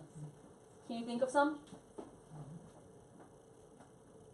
How would you, let's say you're a couple and you don't want your partner or you falling in love with somebody else, but you want to have the ability to have sex with other people. What do you do?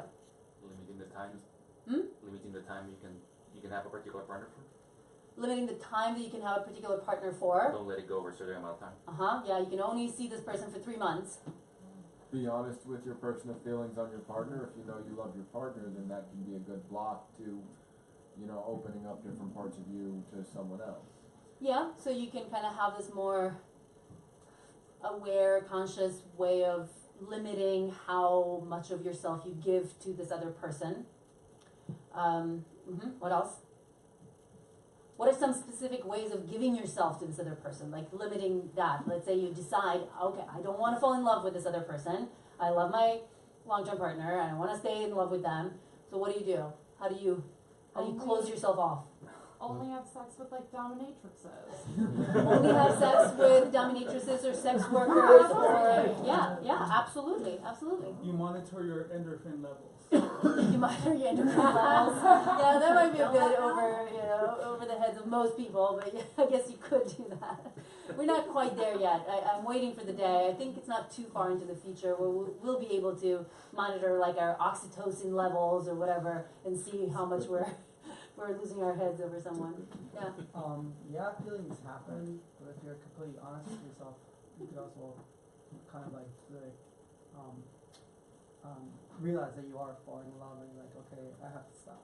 Yeah, right. So you can. I have to control it now.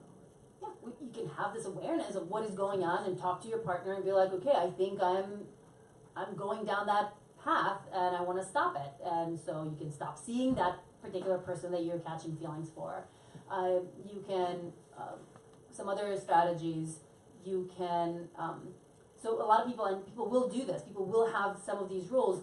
You can, as you were saying, only see the same person for, let's say, three months in a row, or you can only see somebody rarely, like once every 3 months, or every 2 months, or whatever number you set. Yeah? My concern, though, is the third in this situation. It seems a little bit dehumanizing to, that really concerns me. That is a big problem for me. Right, the third person in this and it's been 3 months, so. Yeah, well, I think as long as this is communicated and agreed upon, and people are consenting adults in this scenario, right? If you know, I'm with somebody and I have this lover and be like, look, we have this rule with my partner that I can only see somebody every 3 months. You cool with that? Yes, no. If they're cool with that, then yeah. I mean, I totally hear you that, you know, in a way that is really limiting what the other person can have and can develop with you. You're subletting. Some people are okay with that.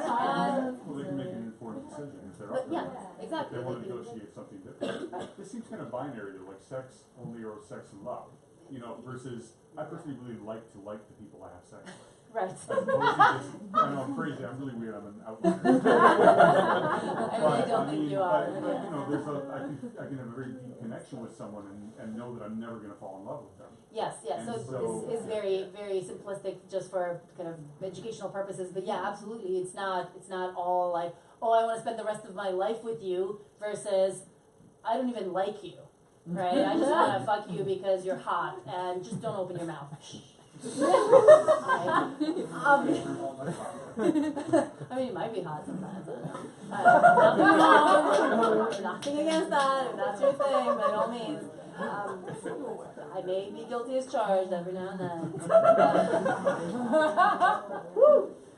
But yes, a lot of people they want to experience some level of connection, some level of liking and all that is not that overwhelming feeling of, oh my God, I'm in love and I want to now leave my primary partner for this person. So yeah, absolutely. Yeah. Kind of in that same vein, it's good to have an awareness of the difference between that sort of the new relationship energy thing and the depth of a long-term relationship with love. That they can't they can't really compete, the new relationship is so fun and exciting, you know, Right. but there's a lot of value in the long-term thing too. Yeah, I think that's another thing that people can be kind of aware of in trying to control or manage these emotions, that these feelings that you might catch. The new relationship energy is that high passion. You're infatuated with that person, right? You're losing your mind. You have the rose-colored glasses on. Your brain is on cocaine and ecstasy about this new person. And the long-term relationship is not. That's more stable, more kind of calm. And so yeah, it's easy to sometimes lose track of that. But you can do it in a very conscious kind of way. Make sure that you make time for your long-term partner. Make sure that you have special moments that you spend together, and don't lose sight of that, and so on. Yeah. Sex is a very easy thing to define.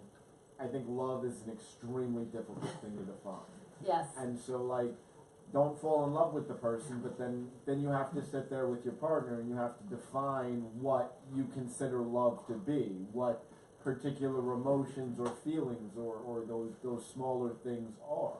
Yeah, it's definitely a little blurrier than what sex is, but I think most people kind of have a general sense of the extent to which they feel comfortable their partner kind of going off and spending time and energy. Because in order for love or these very overwhelming infatuation feelings to develop, you kind of have to have a lot of intensity. You have to be seeing this person on a fairly frequent basis, and the more sex you have, the better that sex is, the more likely it is to develop. The more intimate behaviors you have, aside from the sex itself, the more likely these feelings are to form. So staring into each other's eyes, spending the night together, cuddling, taking a shower together, eating breakfast the next morning, or all of those kinds of things, holding hands, having a lot of texting and chatting in between seeing each other. All of those things are building intimacy. And if you want and are going to contribute to those feelings, so if you want to prevent that from happening, you might have rules against some of those things happening. Or if you don't want to prevent them from happening, you can have them and just make sure that you manage the existing long-term relationship. Yeah. I think also deconstructing the stigma around love, that love is for the person you want to romantically be with for the rest of your life, and learning that love can apply to friends and Sure, there are different types of love. My Yeah. family and my friends. Mm-hmm. Yeah, so there are different qualities of love. I think that the love that a lot of people fear is the one where you are so in love with this new person that you want to leave your current partner, or that you're completely neglecting your current long-term partner because you're so infatuated with this new person. And some of these other things, like having a more deeper connection, really liking this other person, is just on the path to potentially falling in that kind of love. And that's why sometimes that is also threatening, right? That you might not want to go down that path, because that's the path to falling in love. And this is my own personal belief, but I just feel that if you can go on forever about how important honesty is, but to be honest mainly with yourself, and I am a firm believer, and you can't always help who you fall for, you catch feelings for, and you're kind of being dishonest if you're right away we can only meet at the, wearing trench coats at the seedy hotel, there can never be anything, other than that, and whatever, and there might be levels to falling in love, but you might at the end of the day be BSing yourself that you don't have feelings for this other person, and it might be a good reality check that I thought that I was only, like my wife, and we pushed the beds together on Tuesday, and that's it, and I love her, and that's mother of my, and maybe for self, it's and you're actually sparing that person some grievance, because it's I can fall in love with someone else, I can want to be with someone else, so, and that's to me just, now you might be being honest with these people, but you're not being honest to yourself.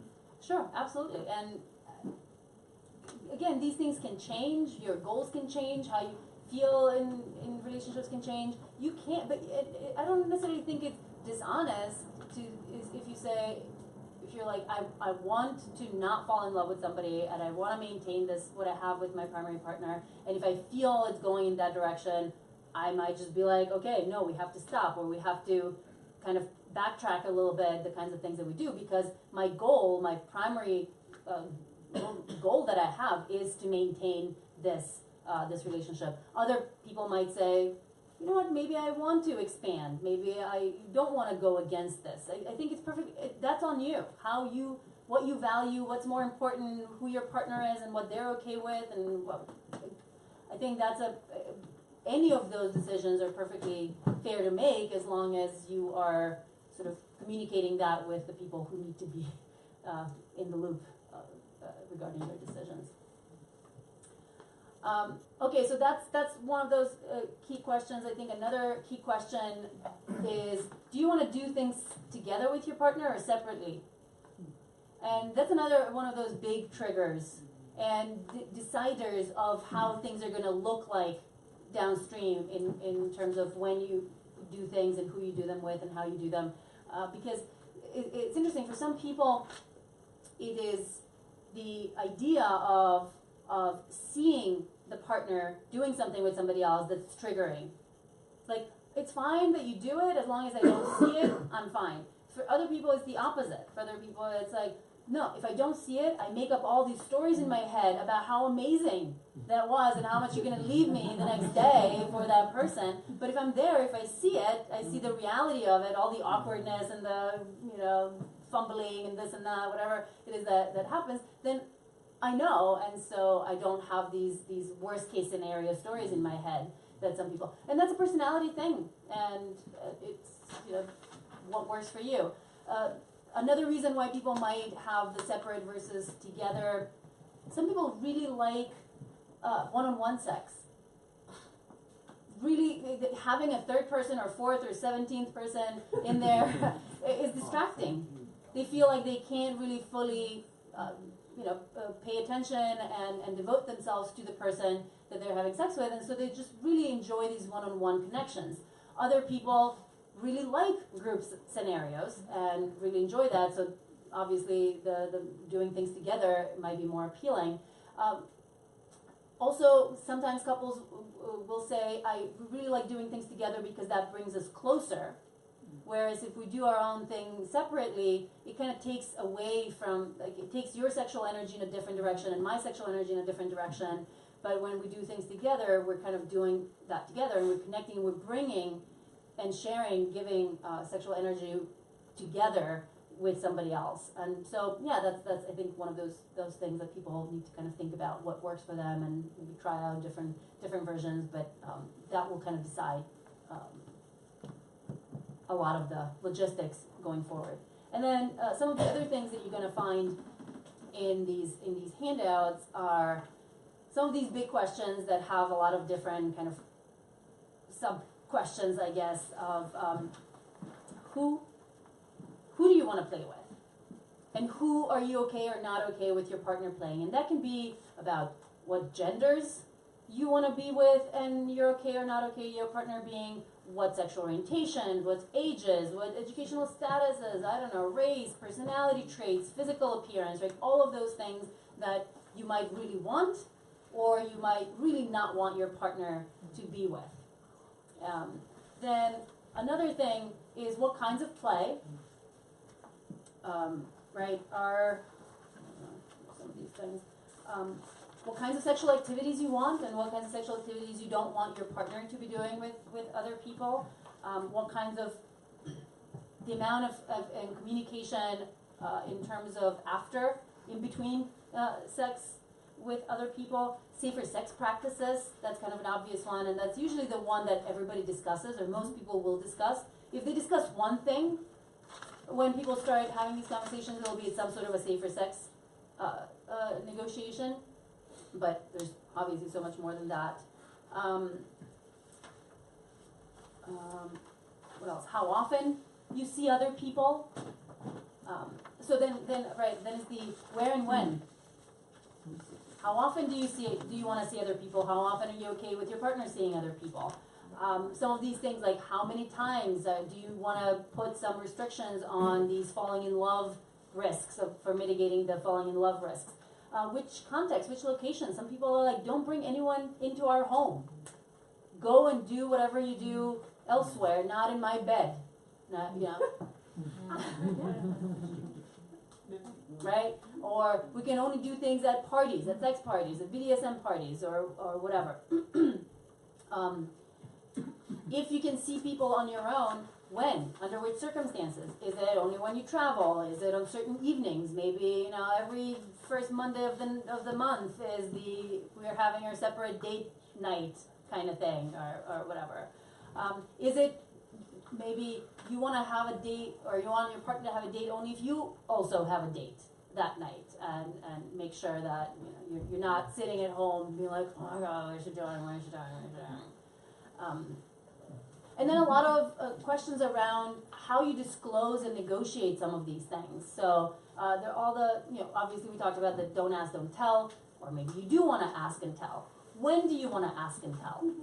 You know, some people want to know before something happens. Some people want to have veto powers or be able to say yes or no before something happens. So you have to text or call and be like, so I'm here, you know, with this person, is it okay? And you have to get a permission. Other people don't want that, or are fine not doing that, but they want to know right after it happened. Like, you have to call me the next morning or that evening and let me know. Other people are like, you know what, only if I ask. Like, I don't want to know unless I ask.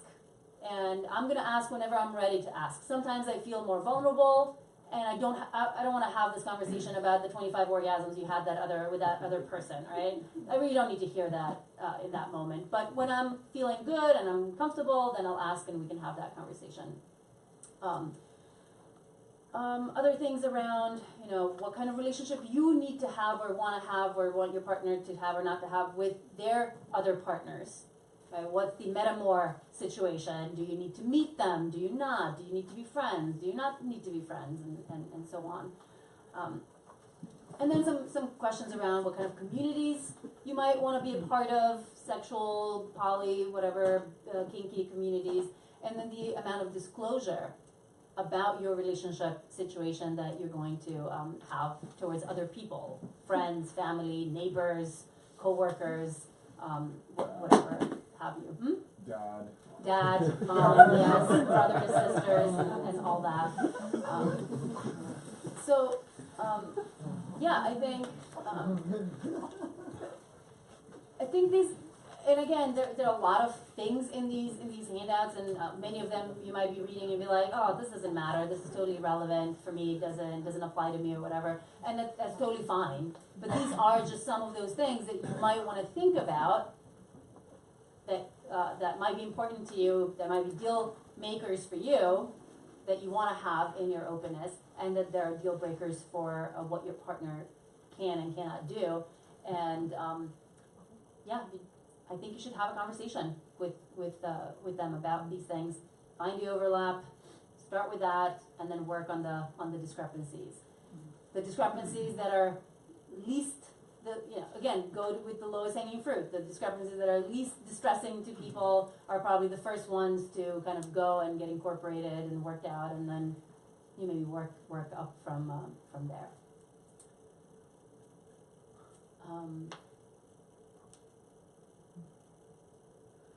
That's it. You're all set.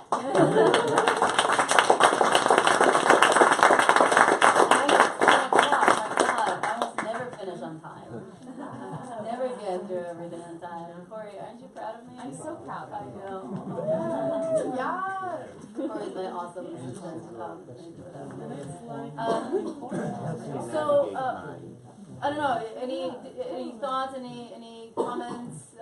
We can have another maybe 5-10 minutes of group chat before I let you go.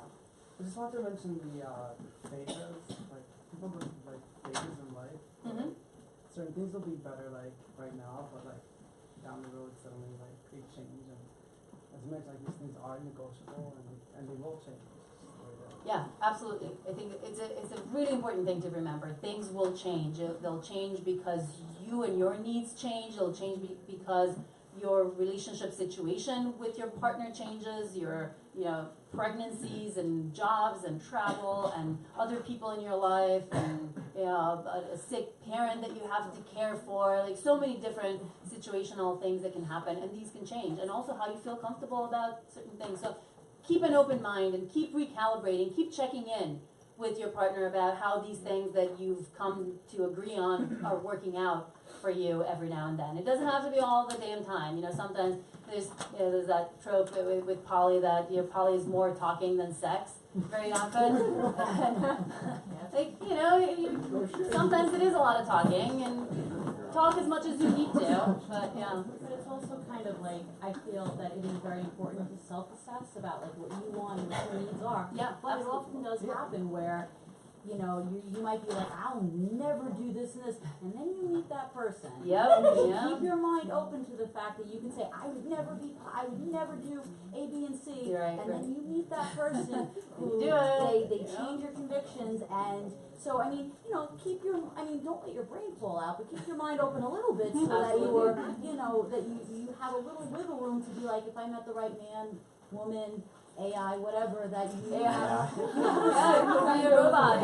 It's all kind of a little bit of like maybe it took someone to convince me of something that or maybe because it was bad with one person, with someone else they might make it comfortable for me. Yeah, and that's a good point, that you can be a very different person with different partners, right? If you had one type of open relationship with somebody, then a different person will kind of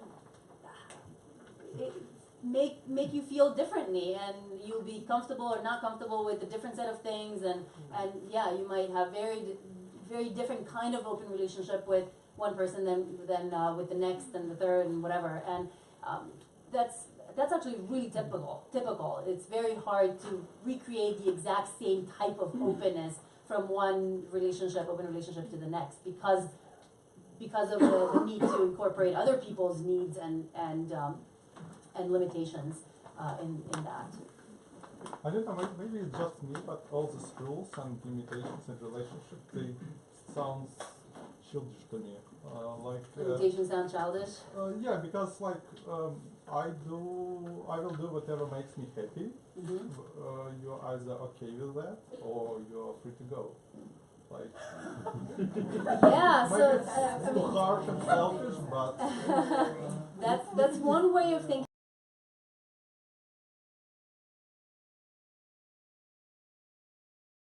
You might find that a lot of people are not okay with that, and sometimes you fall in love with people and you want to make some sacrifices and compromises, and they're not capable of letting you do everything that you want to do. And so it's absolute. I think it's a fair decision to make, to be like, no, having the absolute complete freedom to do the kinds of things that I do is so important to me that I'm not willing to make any compromises. And then you do solo poly very often, because it's almost, it's very hard. Good luck, and that would be amazing. I hope you find someone who wants the exact same kind of openness and is perfectly okay with letting you do everything that you want to do, and be okay with that. But very often that doesn't happen, and so what you might end up doing is either deciding to do solo poly and not have to negotiate a lot of these things because there are lower expectations, or you are going to make compromises. The question is, what's wrong with your partner being happy, whatever they're doing? So it might be too hard for you to deal with that. It might be so triggering and upsetting and distressing. Someone is happy that's make you sad, someone is happy is making you sad. No, but it's not that you're happy that's making them sad. It's all of the fears around what your happiness means to them and how that reflects on them that is making them unhappy. And then one of the jealousy things that comes up is, I want to be the one to make you happy. Like that, yeah. I don't necessarily want, I want to be able to make you happy like that. Right. So, that would be an ideal scenario, right? Ideally, that's kind of what that book is kind of talking about, that you have to deal with all these demons in a way that gets you to be perfectly okay with everything and anything, and being completely not triggered by anything, and completely okay and compersive, and your partner's happy so you're ecstatically happy. I mean, that's an ideal, and I think some people can get there, but a lot of people can't, and it's okay that they can't. And maybe they're not the right partner for you. Maybe you want to look for the people who are there and who can absolutely absorb anything and everything, and they're going to be ecstatically happy with whatever you're doing that makes you happy. But that might not be a very realistic outcome or goal for a lot of people. And I think it's totally fine. Yeah. So in terms of some of the scenarios are applicable to people who have been poly, or that they have been, it's sort of predefined their relationship choice. But what about situations where one person has been mostly monogamous for most of their life, and then you come across someone who is polyamorous? So they have already preset in their ways the preferences, obviously. And you, or as a monogamous person, don't really, obviously I'm talking about myself. Right. So it's not obvious. You could be asking for a friend. I'll just admit it. So, and then you come into this kind of situation where you want to have an open mind, but then where does the compromise come from?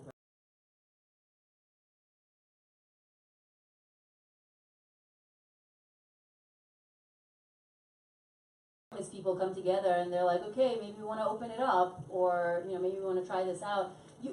In the beginning, you don't necessarily know. You have some feelings, some intuitions about your answers to some of these questions of what is going to be triggering and what is going to be easier to absorb, and you just kind of start with that. So your starting point is less certain than the starting point of the other person who's already tested this out a number of times. But I think that it's going to be a bit of a trial and error. So you give the best answers to yourself that you can, knowing yourself and knowing your partner, and you start with that and then see how it goes, whether you can open it up to fewer rules, or you need to close it down to, or open it to more and build more rules around that. So it's, those first attempts at opening up can be tricky, can be difficult, because exactly you don't know. You think maybe this is going to be fine, but then the other person does it and like, holy fuck, that was not fine. That hurt so badly, right? And I don't know what to do with it. And so it's very possible that it's going to happen, but you just don't know. And it can take some time. Very often these processes of opening up last a very long time. You have people go through this for years of very slowly talking about things, testing things out, very baby steps. Some people will just jump right in, go to their first sex party and have sex with like 17 people and then try to figure it out afterwards. But a lot of people, no, they'll take super baby steps for years and years and years, and talk to 1 million people and talk to each other over and over again, and so. Now it's just really interesting, because I was going through this exercise, and for the most part I'm okay with most of these things. I don't have a lot of rules. We actually don't have a lot of rules. So my question to myself is like, am I in a state of self-delusion? I am actually okay with these things. Hey, you might just be naturally pretty okay with most of these things. You might be one of the lucky ones who doesn't need to do a lot of work. Yeah, and that's another thing. Like some people, they want non-monogamy and they want to be ethical human beings in allowing their partners to do the same things that they want to do, but it's hard. Like, they have a lot of jealousy, they have a lot of insecurities, and so they are going to need to do a lot more work than some other people who just came out that way due to biological, some people just have more emotionally stable brain chemistry, right? And other people don't. And then upbringing and personal experiences and all of these things, by the time you get to be 21 for the current generation or 40 for the previous generation, and say, okay, I'm going to open up, right? You already have a set of, your personality is built in a certain way, and so for some people it's going to be much easier than for other people. And again, that's on you to decide whether it's worth the trouble. If you're one of those people who needs to do a lot of work, is it worth all the trouble to get to that point, or am I always going to have to do so much emotional management and emotional coping that it's more trouble than it's worth, and monogamy is probably going to be better for me, and some of us are luckier. Yeah. Can you talk about people you've perhaps encountered who have come to non-monogamy because of disillusionment with, they've been hurt, they've had infidelity that's affected their ability to trust, and so they're like, because I guess I've encountered this, so I'm asking how much you or others have. They've lost faith because of negative experiences, not through a sense of enlightenment about, wow, maybe there's more out there, but I've really, truly had enough bad experiences that I've given up on something that they might actually want, which could be a purely monogamous relationship, because of infidelity. Right. They feel like monogamy is impossible, so I might because not. it can happen to do with dishonesty. Right. There's no research on that. No, specifically, it would be really fascinating. I would love, because I've gotten this question a number of times, and I think more often from people who are skeptical that especially women can even possibly want a non-monogamous relationship. I've gotten this, I tell people, I talk about these things, I lecture about monogamy, whatever, and they're like, no women could possibly want that. If a woman wants that, she probably was just, cheated on so many times that she gave up on that and that idea. I'm like, wow. But there is something to that. I think, is it possible that that's how you get to the non-monogamy? I think it's certainly possible that there are some people. I don't think that they're going to be very satisfied in that, because they're always going to be feeling like this, I'm settling, right, for something that's less than my ideal. But any thoughts? Extending on that, is it part of this also that maybe the disillusion was not your partner having sex with somebody else, but the fact that she told you she was not going to do it, or he told you he was not going to do it, and he ended up doing it. Right, so then you realize the issue was not the act, the issue was if you had told me from the beginning you would have done it, I would have been okay with that. You can have dishonesty in any situation. Right. So my question is about jealousy, and there is a lot of evidence, there's a lot of a tendency to look at jealousy in a negative light in poly circles, and they see it as a result of institutional reasons. But I'm wondering if jealousy is more of a biological issue absolutely. to protect two offspring that are going to come out. Love the evolutionary psychologist here in the back. Yes, but no, absolutely, I agree. I think very often, I don't know, these days there's this general distaste for biological explanations of human tendencies and interests and behaviors, or drivers of behavior, by people who want all of the, say, gender differences to be due to social pressures and socializing, or all of these things that we don't like jealousy being due to socialization. And I think there's just not enough evidence to suggest that that's the case. I think that biology does play a role. Evolutionary psychology is a thing. It's real. Evolutionary pressures on us are real. And jealousy is a very natural, normal response to the threat, whether real or imagined, that your partner, the attachment figure that you're with, might leave you, and might leave you in terms of your emotional connection that is going to get broken. And we're, as human beings, we're social creatures. We need long-term, loving, lasting bonds with other human beings, and romantic relationships are one very powerful way to get that need met. So losing your partner emotionally is really scary. Losing your partner logistically can be very scary too. If you have kids, and that becomes more difficult. It's your social status might be lost, like all of these other things. So that's a very, very, very real, normal emotion for people to feel. So I don't think people should feel guilty for feeling jealousy. It's perfectly normal and natural, but we can manage it. It's just like anger, right? Anger is a natural response, it's a natural emotion. Sometimes things and people make us angry. I think you can choose what you do with that anger. You can go around punching the people who make you angry, or you can decide that you don't want to do that, maybe because you're going to go to jail, or maybe because you don't think that's a nice thing to do, to punch people, and so you manage your anger in some other ways. And I think we can think of jealousy in the same way, that it's going to come up, but it's what we do with it and how we manage it. Yeah. I was going to say something about I've always had a lot of trouble with the whole jealousy thing because I've never felt it. I've never been in a situation where How's that a really problem, felt dude? jealous. How's it a problem here?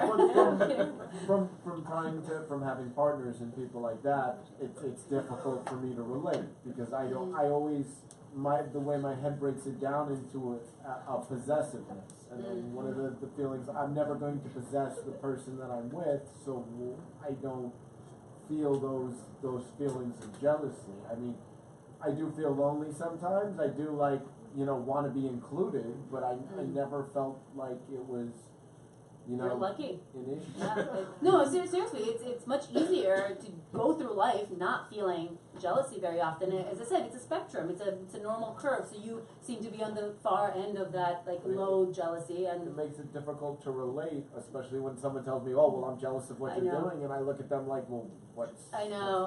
Jealous of? I'm like that too, and I often get told that I'm an alien or a robot, and there's lots of robot jokes with the people that I've dated and alien jokes.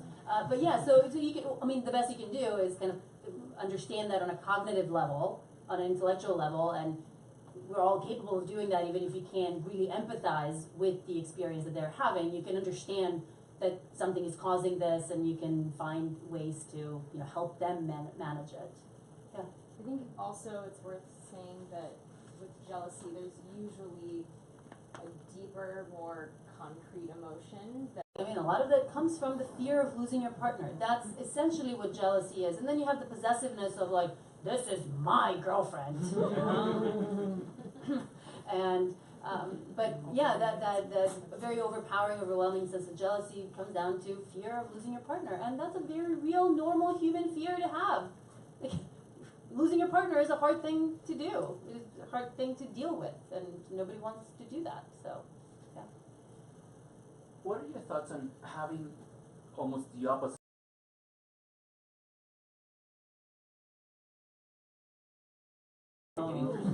Interesting. I think you're lucky too in that case. Yeah, plenty of ways to feel jealous, and if that's fun for you, then great. Enjoy it. Yeah. There are actually a lot of also benefits from that besides just the relationship benefit of I think a lot of people who are kept on their toes in that way, you'll stay in shape in a relationship instead of getting complacent. Yeah, so that's an interesting point, and people in open relationships of some sort will mention these things, that nobody really mentioned that benefit of consensual non-monogamy that is probably to some extent driven by the fear of losing your partner. It does keep you on your toes, and keeps you accountable to how good of a partner you're being, because in long-term monogamy, very often we can get complacent in terms of what we look like or what we try to do, how much of an effort we make to put into our relationships or devote to our partners. And yeah, a lot of people in CNM relationships will say, yeah, I make sure I exercise and look good and dress up, and we have these special things that we do with my partner, and we go to parties and we do these things that bring us together and create shared experiences and bring excitement and novelty and all of these things. So it makes me a better partner in a way. Make sure she gets the 24 orgasms. Yes, at least 24. At least 24. Yes. Yeah, 25 is a number. That's a really tall order, man. That's a high bar. 25. I don't know why you came up with that number, but I'll settle for 10. Okay, it's 10:20, and I don't want to take up too much more of your time. We can stay here for a little longer, for another half hour or so, and just hang out. There's snacks and water, and some people might stay and some people might not. If you want more sex science, I gotta plug these couple of things in. I do have a podcast called the Science of Sex Podcast, where we interview people who do research on various different topics. We just recorded something today on kinky fantasies, or what is an unusual sexual fantasy. Talked to this professor from Montreal who's awesome. I really love talking to him. But yeah, you can find it on iTunes or wherever you get your podcast. That's my show co-host Joe, who's the dumb guy who doesn't know anything about sex. He's willing to learn. He's like this throwy, but kind of like, okay, sure, if you say so, professor, kind of thing. Some people hate him, some people love him. I think we work really well together, but anyway. Corey likes him. I love Joe. You love Joe? He's great. I think he's great too. He's been married for like what, 20 years or something? And Not married, but with the same person. Yeah, for we're like the 20 complete opposites in every possible way. He's been with the same partner monogamously for 22 years. Oh. I clearly have not. He lives basically a few miles away from where he was born in Jersey. He's never really left Jersey, except for, I mean, he's gone on vacation and stuff, but he does have a passport and he does leave the country. But, he still lives in Jersey a few towns over, whereas, I came halfway across the world to live in a new country. And we just have different lifestyles and personalities. But anyway, I hope you listen to the podcast. And then if you want to support some of the work that I do, the podcast and all of these other things, one way to do that is through Patreon. It's a way to support, not just me, but any content creators that you might like and what they do and how they do it. And so it's a monthly kind of subscription where anything from $2 on, you can subscribe and support some of the work that we do. You can find me on Dr. Zhana on all social media and Zhana.drjana.com, and you will all be entered. Your email will be, if it's not already, we'll put you on our mailing list, so you'll get information about any new events and so on that are happening. As I said, we do these Sex and Socials once a month for the most part, except for the months of July and August, because Zhana goes and travels. Leaves New York in July and August. But yeah, most of the other months we do them. We don't have a date or topic for the next one, do we? Nope, we don't. We're open to topic suggestions. We've done so far infidelity, we've done fetishes, we've done bi-curiosity, we've done, what else have we done? General non-monogamy, Yeah. myths and realities. Yeah, that was all the non-monogamy stuff. I don't remember what else we've done, but yeah. Squirting. Squirting, yeah, that was a popular one. Yeah, so in all of those, there's a live stream from them, and you can find them if you want to watch them. We don't have to do them again. I mean, we could, but we don't have to. So yeah, we'll send you an email with the link to, so tomorrow or something, Corey will send you an email with the link to the live stream if you want to watch it again or share it with other people, with a link to these PDF version of the printouts. And yes? Can you do one on the sexual excitatory system and inhibitory systems? And like the different accelerator and break. Oh, the sexual excitation inhibition model. So Yeah. how it affects relationships and how, particularly like. Corey, can you write this down? Because I'm gonna forget. Yeah. I think that was, I don't know. Yeah, that's actually quite interesting. I might try to get someone who does research more on that specific topic. If I can get some of them to New York, that would be super interesting. Yeah. If you haven't read "Come as You Are," no, is that right? No. Yeah, that's the late version. Yes, the pink book. Come as You Are. Come as You Are. Is that? I forget the author's name though. That's great. Emily Nagoski, yes, it is. So she talks a lot about the excitation and inhibition model and how they affect, especially long-term relationships. Okay. What's exactly? That's it. That's all I got for you. Thank you.